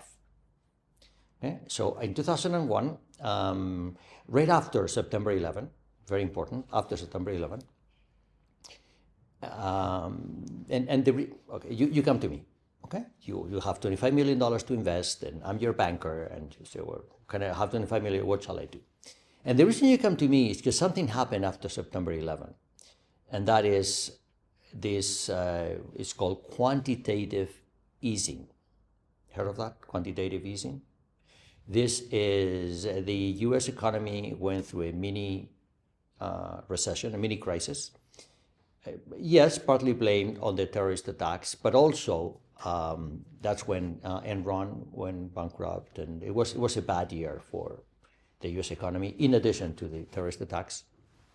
So Alan Greenspan, the governor of the Federal Reserve Bank, he introduced this concept of quantitative easing. The Federal Reserve Bank was going to buy paper from banks, and that was a way to give liquidity to the market, and that made money very cheap, and interest rates dropped. So bad news for bondholders, as we're about to see, bad news for bondholders, but equity investors were very happy, and that's why it was done, so that the equity market would rebound and grow. And it grew, yes, a lot, it grew, okay? So you have to have $25 million, and money is cheap. So you come to me. And not only money is cheap, that's good for you, but money being cheap is bad for me. I'm going to be the bank today now, okay? Banks make money on spread. When interest rates are high, spreads are high. When interest rates are low, spreads are low. So I'm getting to see what new business, how can I take money from Leon? He's coming here to see me, 25 million, what can I do, what can I do, what can I do? So you come to me, and then I said, you have $25 million to invest in a fund portfolio, right? I said, you can have a much better portfolio if you had 100 million. Right? And then you say, how much? And then I say, cheap. Money is cheap. I'm going to lend you money at, I'm going to make up a number, at 3%. My cost of capital is 2. interest rates are 2. I lend it to you at 3. And I'm going to pick hedge funds because hedge funds that year had a wonderful year. They made 9%, right? The equity markets were dwindling. I said, well, I don't know if I want to go into the equity markets, you say. I said, oh, no, you don't have to. You can go into hedge funds, 9% return. Okay? What I'm saying would also work in the stock market or in the bond market, just not in 2001. 2001, I'm going to use hedge funds. It had 9% return. And then you make a calculation, you say, oh, okay, so 9% return, 3% cost of capital for you, that's 6% spread, right? Are you following me?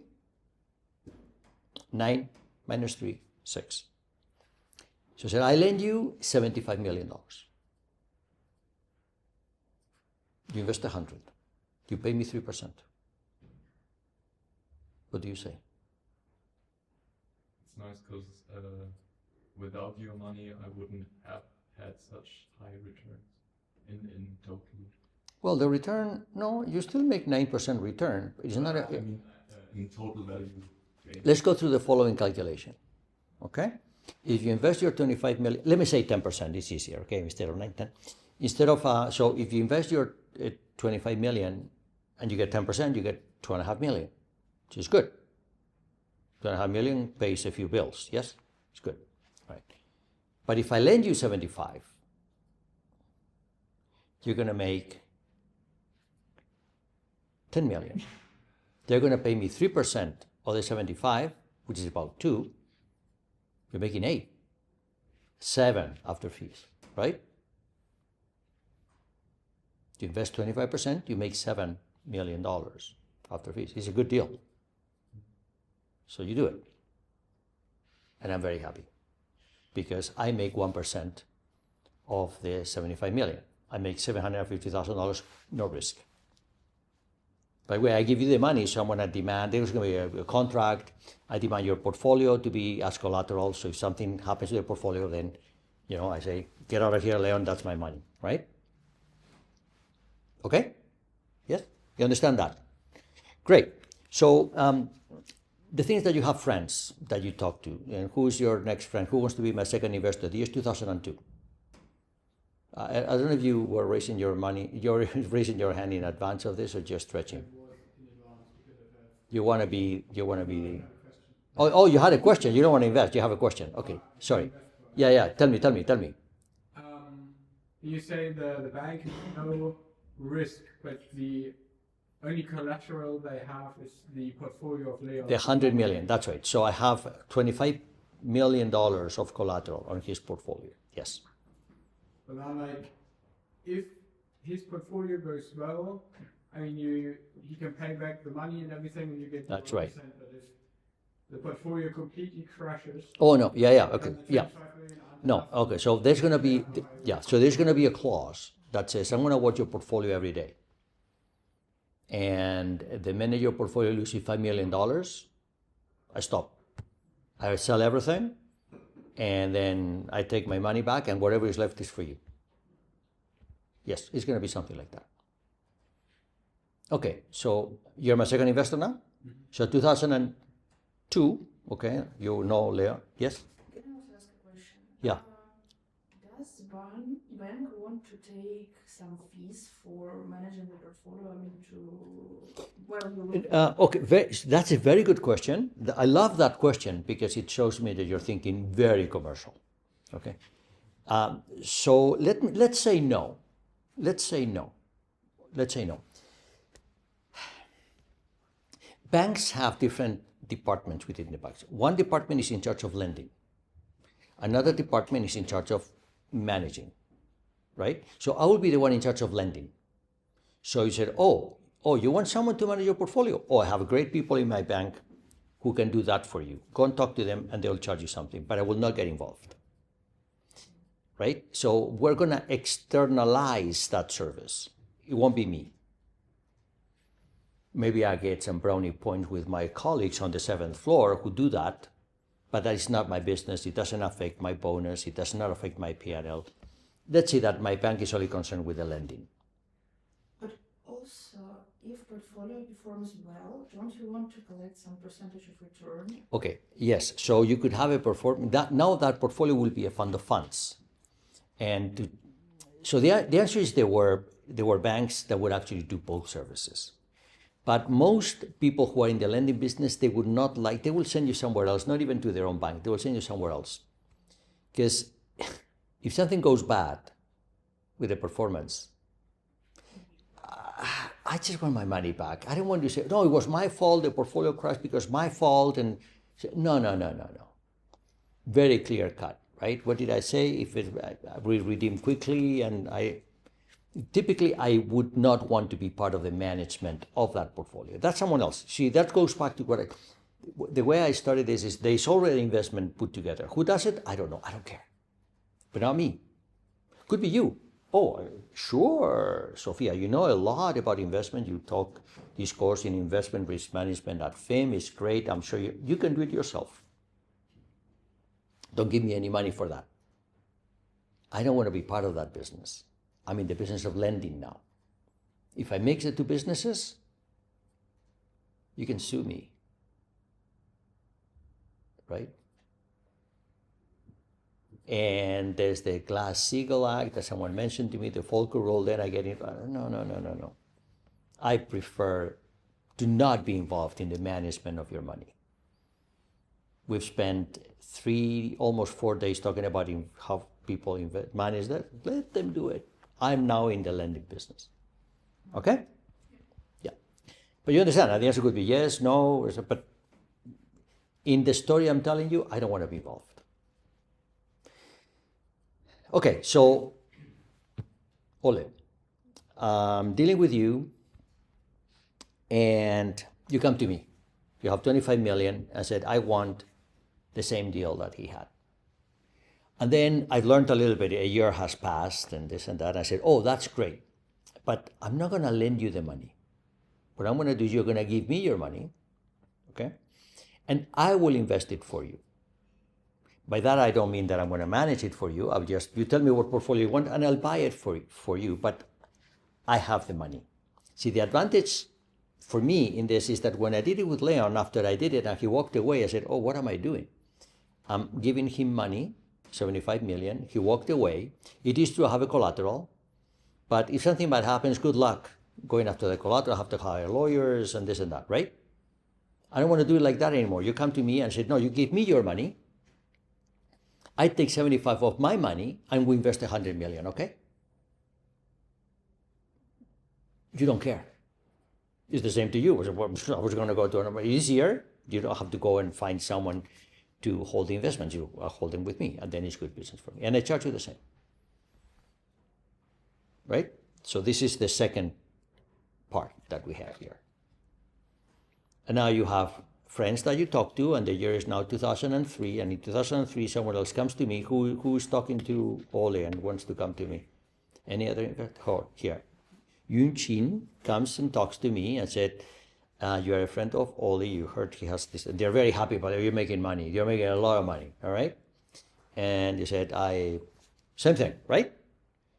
Come to me, you have $25 million. But now I've learned, and I say, I'm going to give you this option three, this alternative three, this third way of, I'm going to give you this in great detail. I want to spend a lot of time on this a little later, okay?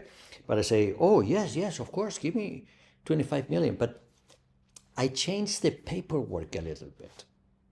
The conditions are now a little bit different from Ole. Because what I'm going to do is this. Listen to what I'm saying. You give me 25 million, and I will give you the return of 100 million investment in whichever portfolio you give me.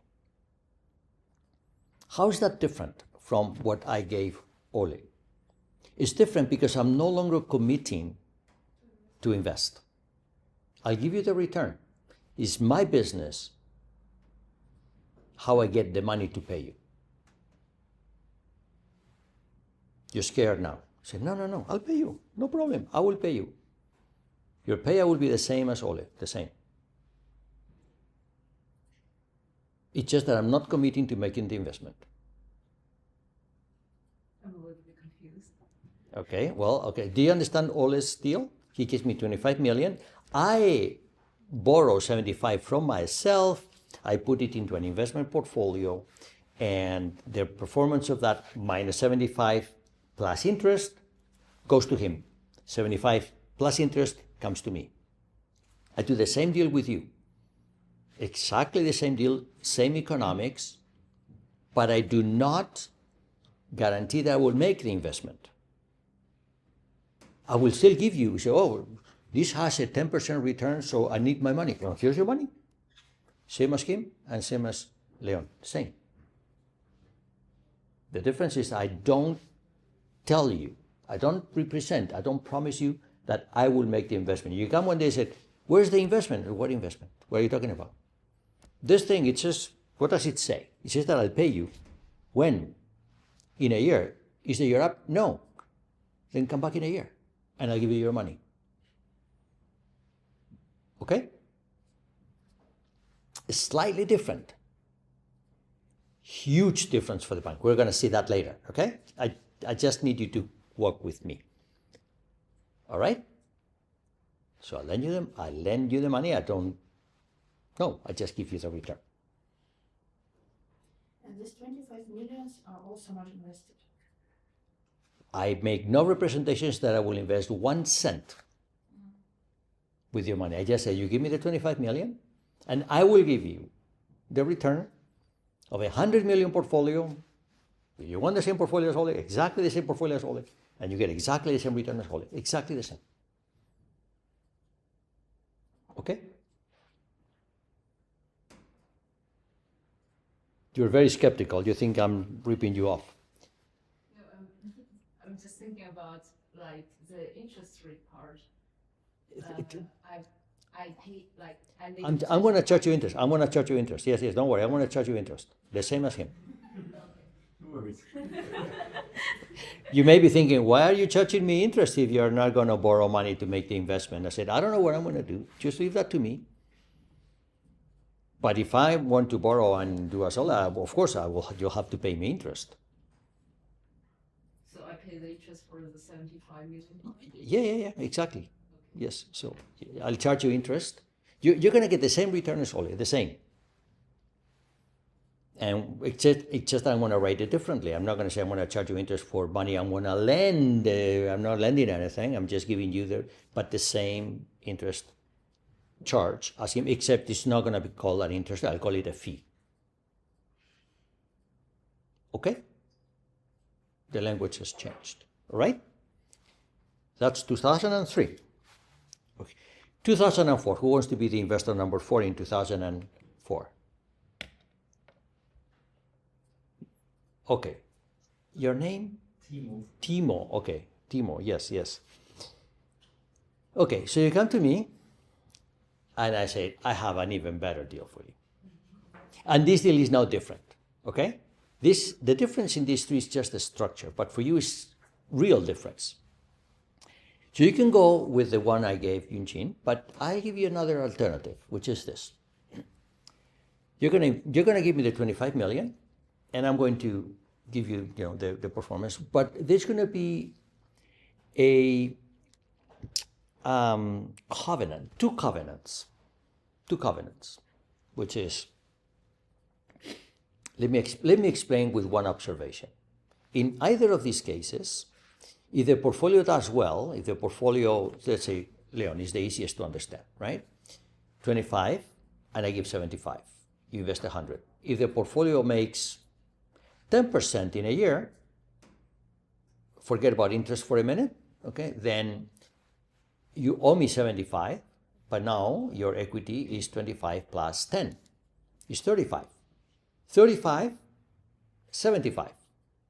So at the beginning, I lend you 3 times your money. But now you have 35 and I only lend you 75. So I'm lending you about twice your equity. Twice your equity, right? So to you I said, you know what? As you make money, I will match it. I will always lend you money which is 3 times your equity.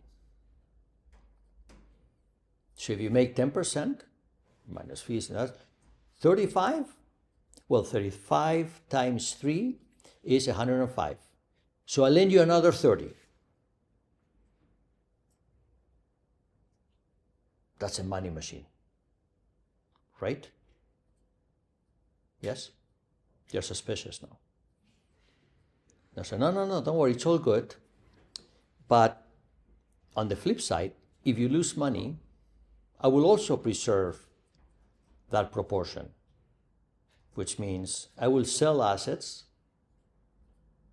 because in his case, if you lose 10%, the portfolio is now 90. You have 15, which is yours, and I'm lending you 75.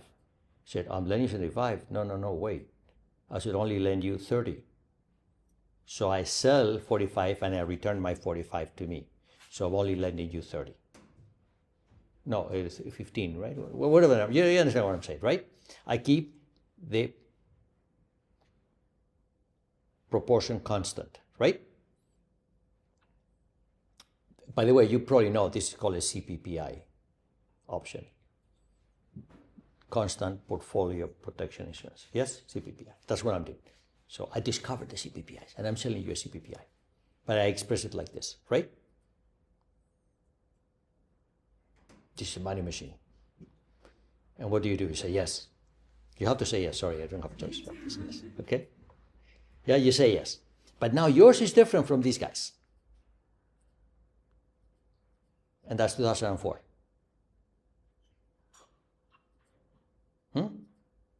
And you're starting to make a lot of money. Okay, good. So we're gonna look into at least yours in detail. Yours are going to look in great detail. Okay. Now, but let me talk about this one that we just did, because what's the big difference between Ole's portfolio and Yunchin's portfolio? What's the big difference? The big difference is that in your case, I am not representing I'm going to borrow any money from me. I'm just going to give you a return on a certain investment. In other words, what I'm doing in your case is I'm giving you an option, a call option, with a strike equal to my loan plus interest. And you know that if I give you an option, how do I hedge my option? Underline. Black-Scholes, for example, right? I know I have to trade the underlying. How much of the underlying? The delta of the underlying. And in this case, we are so far from maturity that the delta of the underlying is more or less. No. It's like 70%. It's very similar to the loan.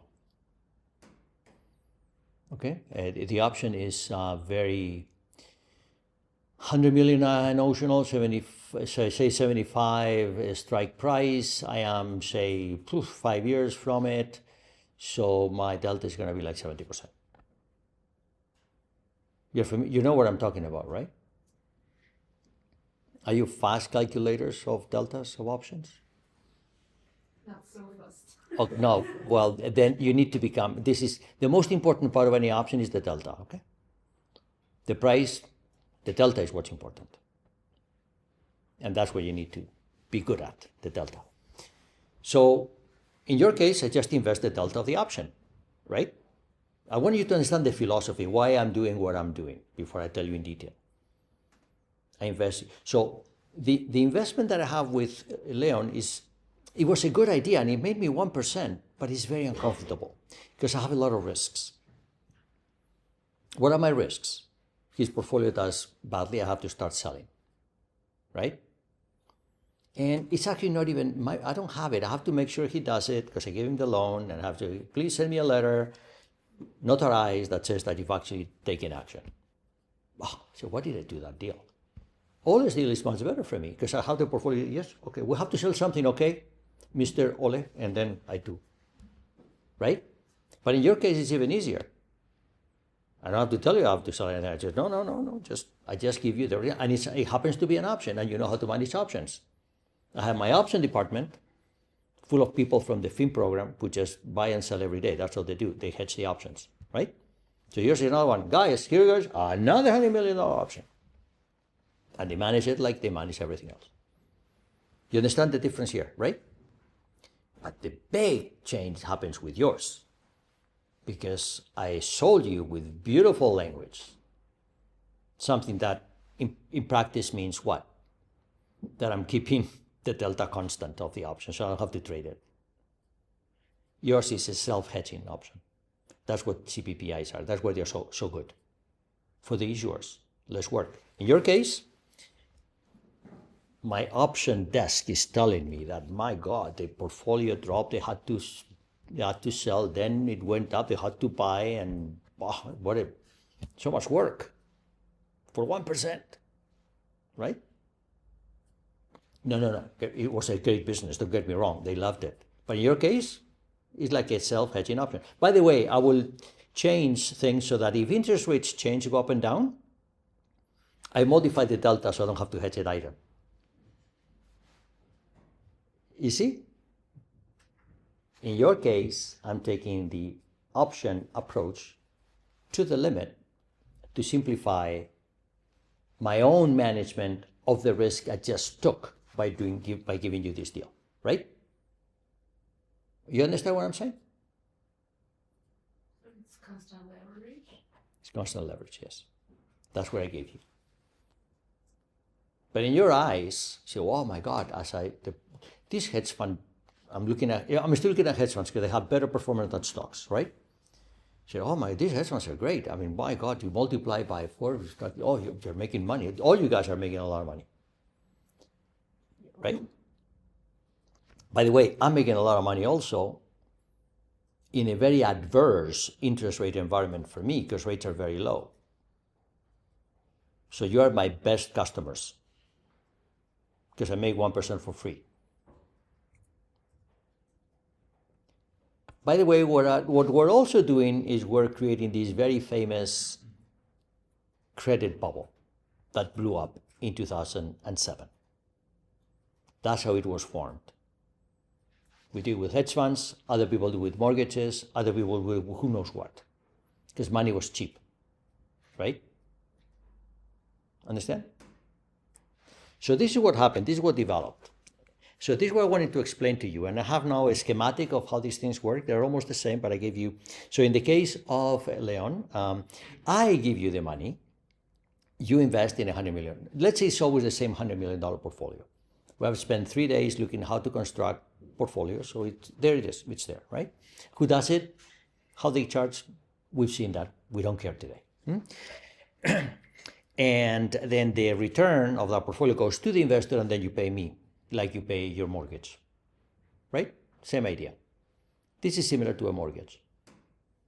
Not the cash flows, the structure is similar to a mortgage, because the bank does not own the home. You own the home, okay? I just have recourse on my loan to your portfolio. Okay. The case of Ole is different. You give me your money. I provide the funding. The funding goes into the portfolio. The portfolio will give me the money, and then I give it to you. So the big change between 1 and 2 is the money flows through me. I like it more. Yeah, right? In the case of Yunchin, you give me the money, but I don't say, I just give you what's called a warrant or an option. And then I figure out a way to invest in a $100 million portfolio if I want, but only if I want.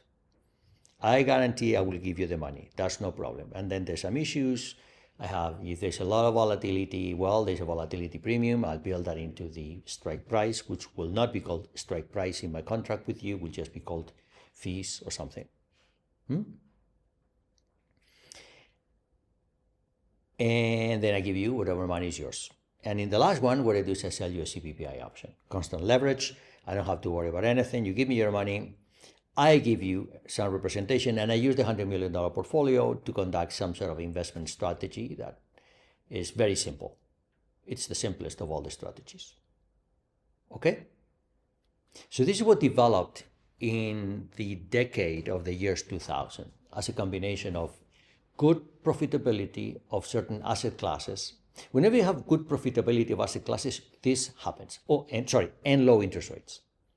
And those years, they happen to be hedge funds. After that, it was stock indices.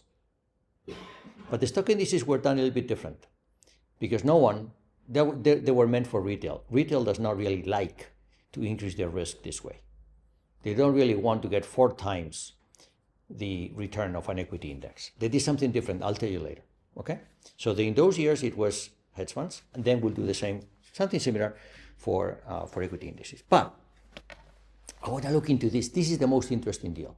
The CPPIs you already know. I want to look at your deal. Your deal is very interesting. And it really shows why, for me, the bank, your deal is far better than any of the others.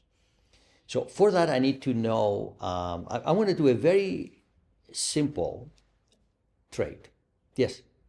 You just said her deal is for you the best, but is it better only than Leon's and my deal, or also better than the... It's very similar, very similar. So the big change in deal profitability for me, the bank, was hers. So Leon is great. I'm very happy with 1%. Yours was a little bit better because I have more control.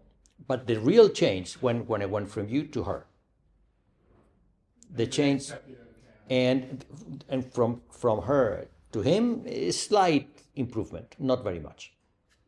Yes. But it's an improvement for him, yes. Because of the sponsor. Absolutely, he can make a lot of money. Also lose money very quickly. Yes, we will see that. It's going to come up here. It's going to come up. So I'm going to focus on her deal, which is the real engineering, the financial engineering that we have done here. The biggest step from a financial engineering perspective is your deal. Okay, and for that I need to. I'm gonna work in a very simple environment, which is the environment of. I'm gonna assume that the underlying is not a hedge fund, it's an index, very simple index. By the way, this is going to work when we do equities a little bit later, I think. Okay. Yeah, I'll be fast. I'll be good. But not here. Now I'm not fast. This I need you to understand. This I'll be as slow as I have to be. Okay, you'll still have lunch. Don't worry. So I'm going to assume a very simple investment. This is the underlying. It could be your hedge fund, your index. It doesn't matter. I'm going to build your deal on this investment, not Leon's deal. Well, actually, I will start with Leon's deal, but then you will see that yours is better very quickly. For me, for you, it's the same. So I have this. Let's say that the underlying fund is $1 today, and it can be $2 or 50 cents in a year. Just that. No more values. That's it.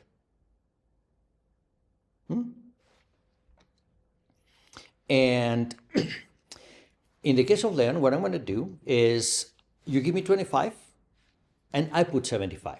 So I'm putting 25 plus 75, but you know who is who, right? I don't have to write the details. 25 yours, 75 mine. Then if it goes up and I buy $1 of the investment, or 100 million, doesn't matter. If it goes up, then 75 is to me. I remove the interest and the charges and this and that. Okay? So 75 is for me. And you make $1.25. So for you, yours is $1.25. The portfolio has had a 50% performance, so your performance is going to be 4 times that. Sorry, 3 times that, because leverage is 4. 3 times that, and then 4 times that. 4 times that is $1. So maybe I make some money. Well, okay, not very important. Okay, so if I collect my 75, then for you is $1.25. If I collect $1, then for you is $1, right? I think for you should get $1, right? Am I right? You should get $1. So the 25 is probably for me. Yeah. There's a mismatch here because you will see when I do it with her, it's going to become very clear. There's been no slack. It's perfect. Okay. So here there may be some slack. If the portfolio goes down, the problem here is that the dollar becomes 50 cents. Of course, you get nothing, but then I lose money. I don't like that. Of course, in your case, I had, the minute you lose 5%, well, I don't have a chance. In this case, you can clearly see my risk, which is what I'm going to. In this case, you can clearly see my risk, right? Okay, so, and for all is going to be very similar. It's just that who holds the option? You hold the option, I hold the option. So let me go to yours, because to yours, things are different now. And for that, I need you to know the price of this index option. I'm going to make it very simple. If the index goes up, I give you $1, and if it goes down, I give you nothing. What's the price of that option? It's 33 cents. Everybody needs to know this. You know this? I have only one short video on my YouTube channel, only one. I explained this in 1 minute. I'm very proud of that. Actually 58 seconds. I managed to explain this in 58 seconds. By the way, this is what every student should know. Like, this is more important than anything. You need to know this. You know that? Maybe we can cancel 58 seconds now. Okay. Goes as follows. Okay. By the way, when I teach this, I teach with, and you see I have the probabilities there, and then everybody says that the price should be 50 cents. It's not 50 cents, it's 33 cents. Because if you give me 33 cents, I borrow 33 cents, I buy 2/3 of the stock. If the stock goes up, I get 4/3. I return my third and I give you $1. But if my 2/3 drops in value for a half, I give you nothing and I get my 33 cents back. So the arbitrage free price is 33 cents. You have seen this. You have seen this. You saw Black-Scholes. Black-Scholes is this, but in continuous time. I think we have a problem. We've seen it. We need to subtract the x and then plug it in, then solve the equation. I don't know. I don't understand what you're saying, but I just want to know that you know what I'm doing. Everybody knows the price is 33 cents. If not, I'll take immense pleasure to explain it to you. I love this example. Anybody needs an explanation that the price is 33 cents? Sophia, you know it's 33 cents. Let's do the explanation. Sorry? Let's do the explanation. Let's do the explanation? I just want to see it. Okay. Okay, let me start with this. The price is not 50 cents. If you give me 50 cents, say you pay 50 cents to me. I give you $1 if it goes up, I give you nothing if it goes down, right? You give me 50 cents, so if this is a coin flip, if you go with the real world probabilities, you're overpaying. Because if you give me 50 cents, I'm going to borrow, say, 20 cents from myself. I borrow 20 cents and I buy 70% of the stock. If the stock goes up, I have $1.40. I give you $1. I return my 20 cents loan and I have 20 cents extra. Great. If the stock drops, my $1.40 becomes 70 cents. I give you nothing. I return my 20 cents and I have 50 cents extra. I always win. How many times do you want to play? Understand? The price is not 50 cents. In 50 cents, you overpay. The price is 33 cents. The easiest way is to see that through the replicating portfolio. The easiest financial way, not the easiest mathematical way. The easiest financial way is through the replicating portfolio. Because if you give me 33 cents, I borrow 33 cents, I buy 2/3 of the stock. If the stock goes up, that's 4/3. Your $1 by 33 cents, break even. If the stock drops, is your $0 and my 33 cents, we break even. That's the price. 33 cents. If there's one thing you should know about option pricing is this example, nothing else. The rest you can forget. This, never forget. You understand? Okay, the easiest mathematical way is through the risk neutral measure. Because if the stock is $1 today, and it's $2 tomorrow, and it's $2 tomorrow or 50 cents tomorrow, the risk neutral probability has to be a third, 33% chance it goes up, 2/3 chance it goes down. Otherwise, it cannot be $1 today. Right? So the risk neutral probability is 33 cents. Therefore, the price of the option is 33 cents. That's the mathematical argument. I like the financial argument because it also gives me the replicating portfolio, which I'm going to need to do your deal. It's not enough to know how much I charge you. It's what do I do after we do the deal. I'm not going to take risks. I don't like that. I'm a bank. Are we together in this hill? Yes? Great. So in that case, what I'm going to do is this. 33 cents is 25 plus 8 cents. So what I'm going to do is I want to ask you to give me your 25, and I want to ask you for 8 cents fee.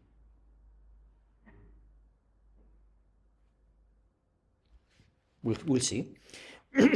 Oops. And then I invest, so you are giving me the 33 cents, what I need. And then I replicate the portfolio. And then if the portfolio goes up, I give you your $1. Exactly. I get nothing. And if the portfolio drops, I give you nothing, but I lose nothing. So for 8 cents, I eliminate the risk of losing $25 million. So I need to rework the numbers to make this work for you, for this particular deal, but that's what I would do.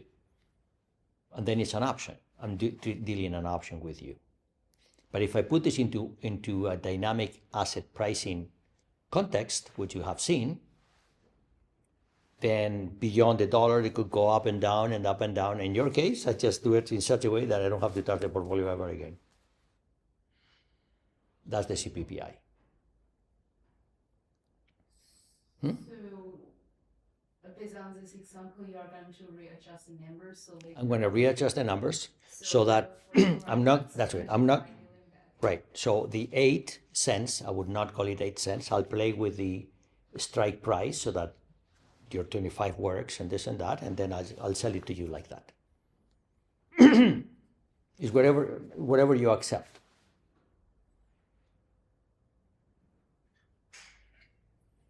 So either I got no return from you or I got my initial reserve. So you're going to invest your 25 million as Ole and Leon.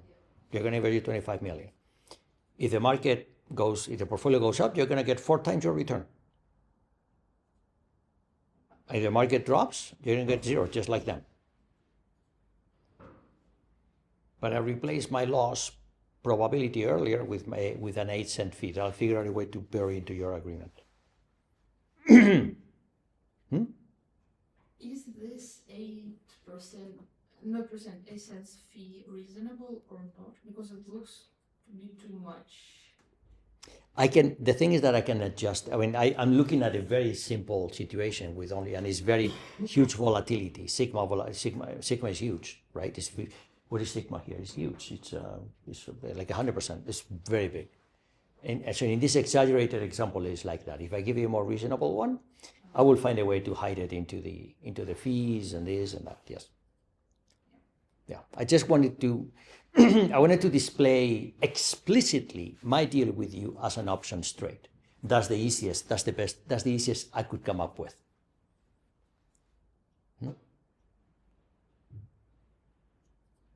And of course, if I'm a bank, I'll do this all day long.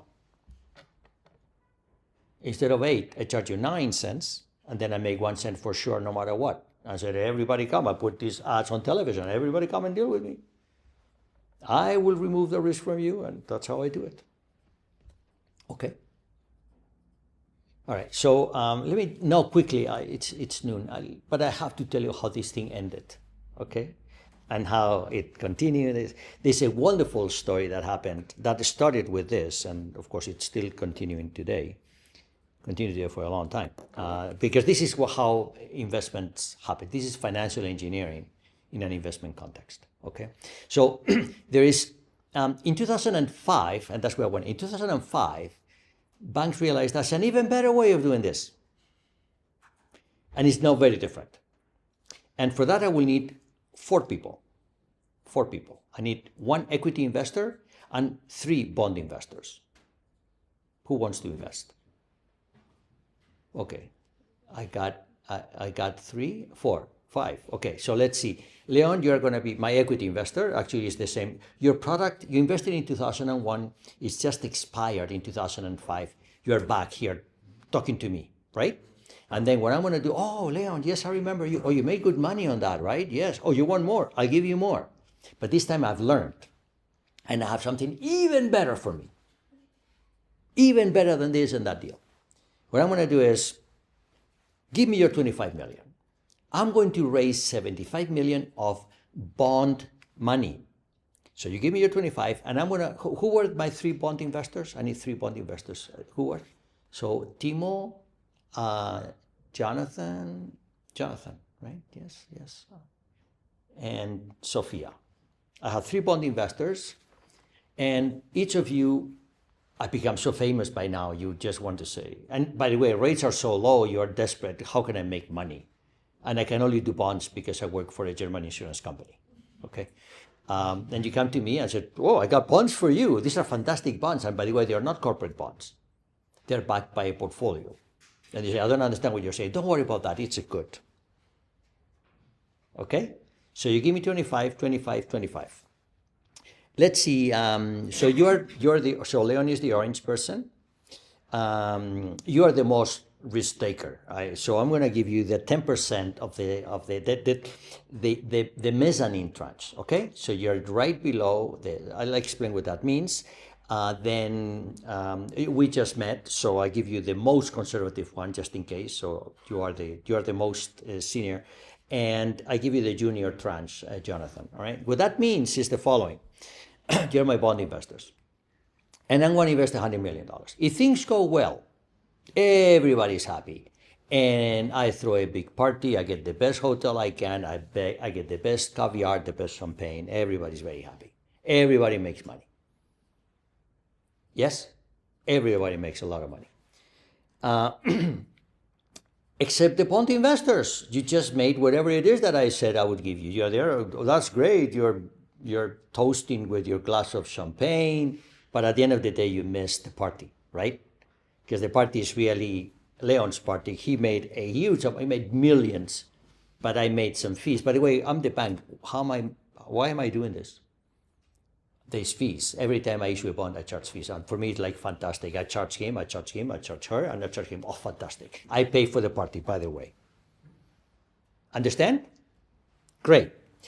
And you get your yield. You are the most conservative. You get a little bit. I say, can I get more? I say, no. That's what you get. Just wait. And then Jonathan, and you get the biggest yield because you're the most risk taker of the bonds. But you're protected. But you still get your 5%. That's what you get. And Leon gets, wow, millions and millions and millions. No one knows how much I get because I charge fees and I don't disclose. All right, great. Now, if things go bad, what happens? Well, Leon, sorry, I don't know who you are. Don't talk to me. Please go away, okay? But you guys, we owe you some money. Let's see how much money we have. So I call my accountant, how much money we have? It looks like we lost some money. So yeah, we lost some money. So how much money is left? I'm going to assume that I have 60 million left. 60 million. Okay. So, Timo, we just met. Good news for you. You get your 50 plus your 2%. You get 52 million. And you say, really? He says, yeah, really. Just take it. Please go away. Okay. I'll call you when I need a new bond deal. Then you go. Okay. And then I say, Jonathan. So this is what happened. Bad news. Sorry, bad market conditions. The portfolio lost money. So Timo was first because see this and that. So I owe you 25 million. But guess what? I only have 8 million left. So take 8 million. Bye. And Sophia, you're a good friend. We've done a lot of deals in the past. We'll do more deals in the future, but sorry, there's nothing for you. But that's why you get the bigger yield, because when things are good, you get paid handsomely. Understand? And Leon, sorry, I mean, you made a lot of money last time, didn't work this time, maybe next time? Yes. I just have a question for the pie chart. What do the percentages stand for? So the percentage, these are I just changed the percentages to make them look like the actual first CFO deal. Here I'm going with 25, 25, 25, 25.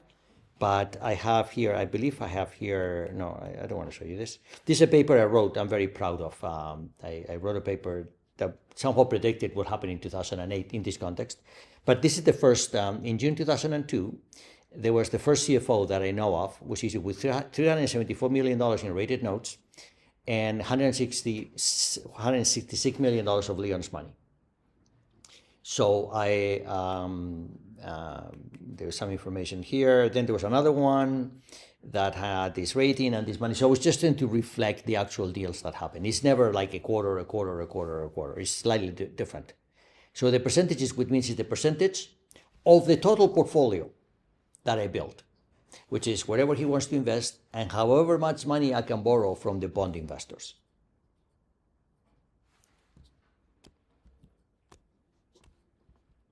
Oops, what happened here? Oh, no. Oh, there you go. So this percentage that you see there are the percentage of a typical CFO. So 100 million is 50 million from him, is 27 million from him, is 10 million from her, and 13 million from Jonathan. Then why would you see that Timo, like the blue part, is the most conservative part? Sorry, it's here. Let me just move forward. Oh, damn, I don't know how to navigate this thing. The yield, look at the yield. The blue part has a very small yield because he gets paid first. The green one has the second smallest yield because he gets paid second. Sophia has the third largest yield because she gets paid first. And Leon gets whatever is left. So this is your assumption. It's independent from the weight of the... That's the yield. That's the yield. The yield is always in percentages. This is the yield. The yield is in percentages. So he gets paid 1.5%. He gets paid 2%. She gets paid 5%. Yes, you already know you have chosen this number, so you say at the beginning that the blue one is the most conservative. Yes, the blue one is the most conservative, yes. And that's independent from the weight of the portfolio. Yes.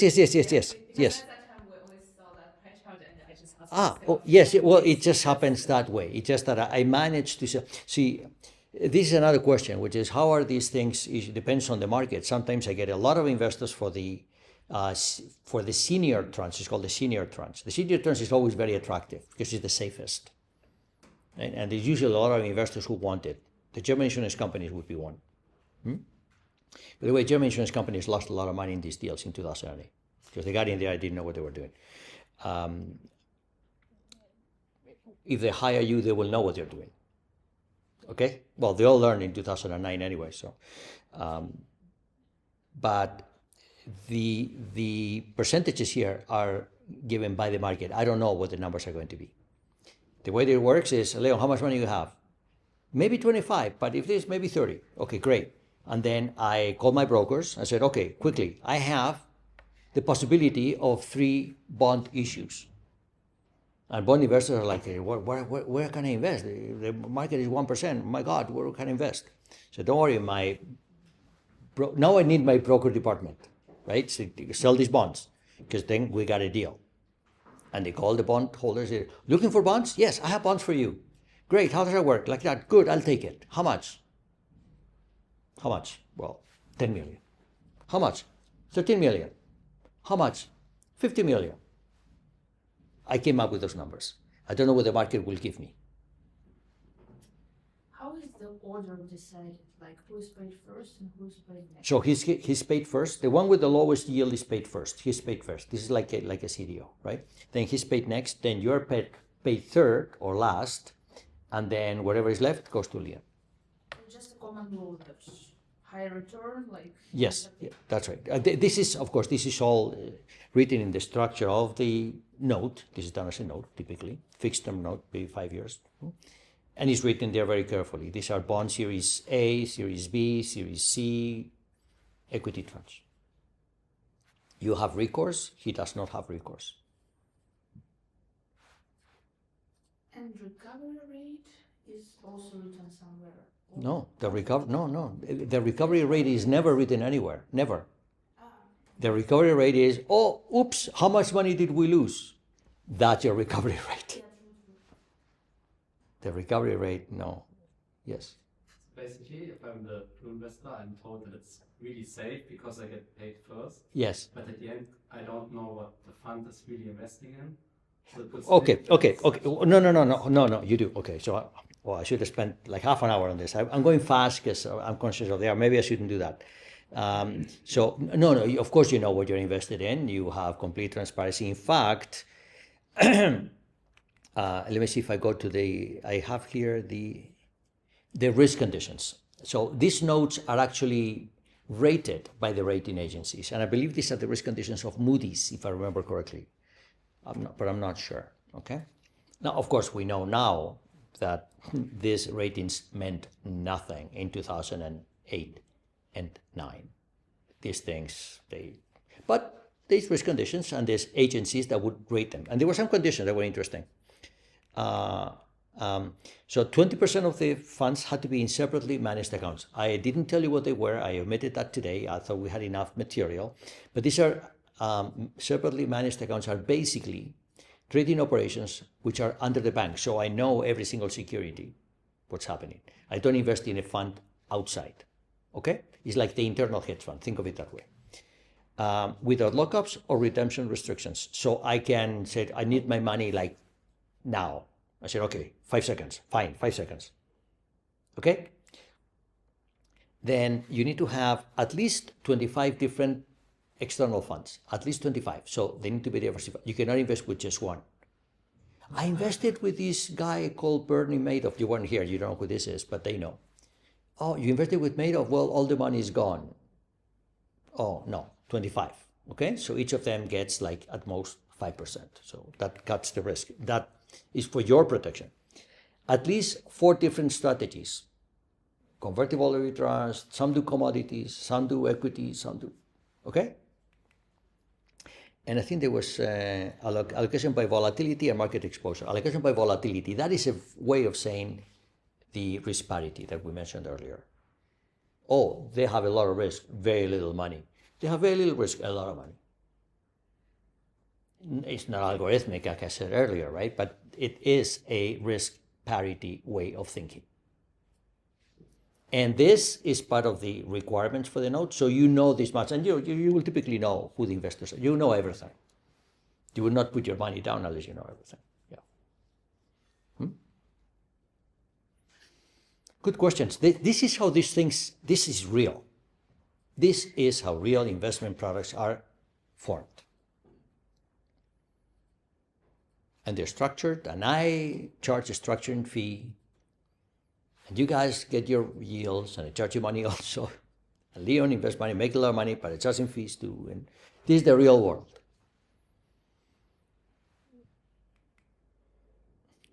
Okay? Is that clear? Yes. Damn. And there's also another clause, is immediate liquidation when the equity tranche loses its value. So said, oops, we lost the 25 million, sell everything. You will be happy with that. Right? Sell everything. Yes, quickly, so I get most of my money back, right? Yes.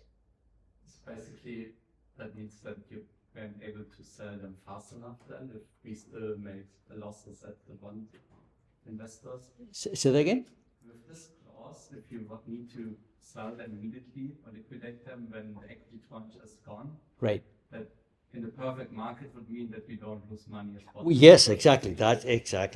Yeah. In a perfect market, you would not lose money. So don't forget, these were conditions imposed by the rating agencies. The rating agencies rate your debt, and your debt. They don't care about this guy's money. He could lose everything, and he would not touch the rating. That's why he's leaving, by the way. Okay. You understand? Rating agencies only care about the bond investors. They don't care about the equity trust. They don't touch it. They say 95% chance he can lose anything. I don't care. What's her chance? 5%. Oh, fine. This is the rating. I don't care.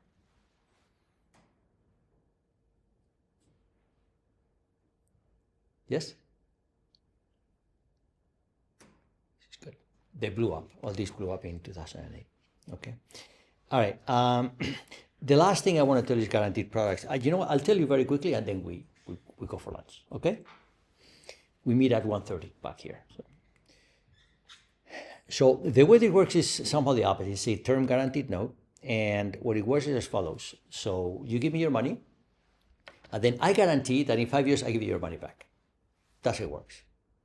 Or better, if there's some performance, I will give you the performance of the underlying, but I guarantee I give you your money back. How? Well, we have different ways of doing that. I could follow the option approach that I did with you, or the way it was typically done was different. The way it was typically done is you take the investor's money now, then you buy a zero coupon bond for the future, say 5 years. Let's say interest rates are 4%.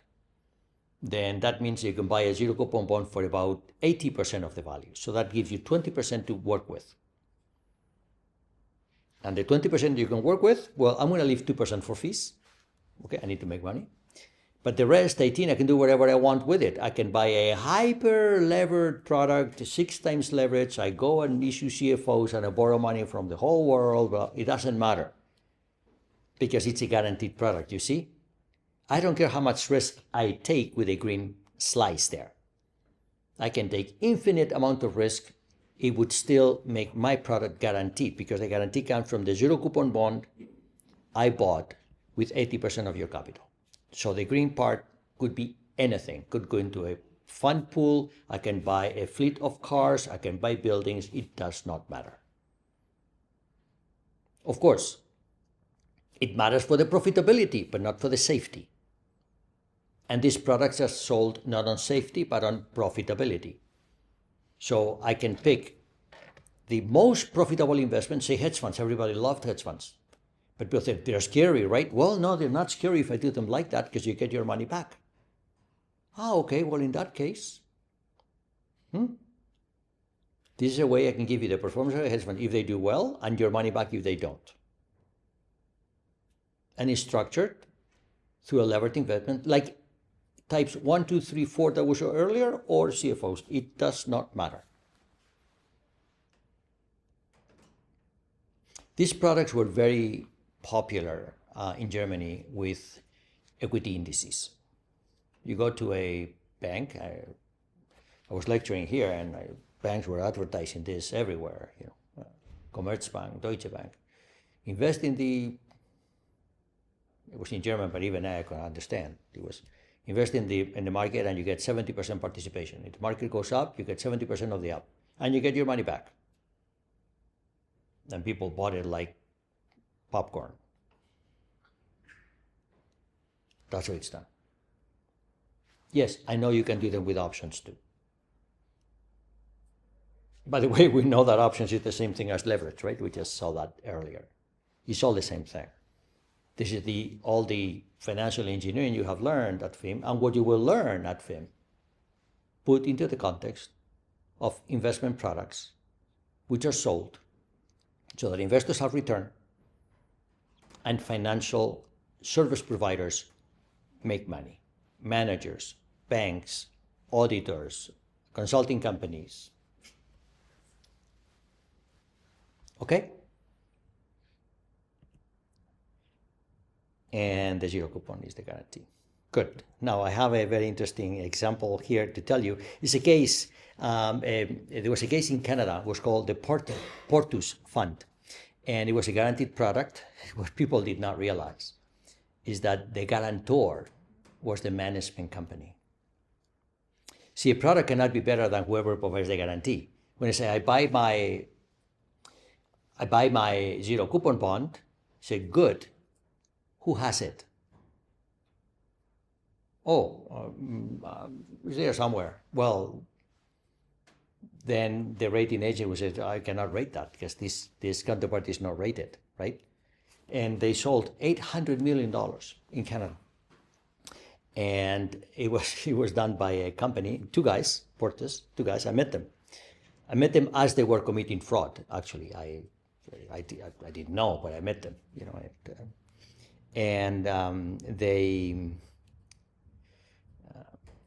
I'm a professor. I get to meet very weird people.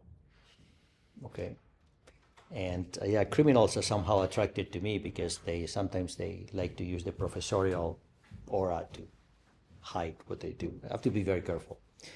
So I met them, and what they did is they sold their products, a guaranteed product. Yes, it was a guaranteed product by them, by their own management companies. When they had 100 million, they took the 800 million. They didn't buy a zero coupon bond.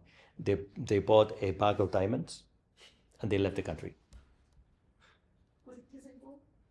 What? What did you say? Diamonds, like diamonds, very big diamonds, $800 million worth of diamonds. I don't know how much they bought in diamonds, but they left the country.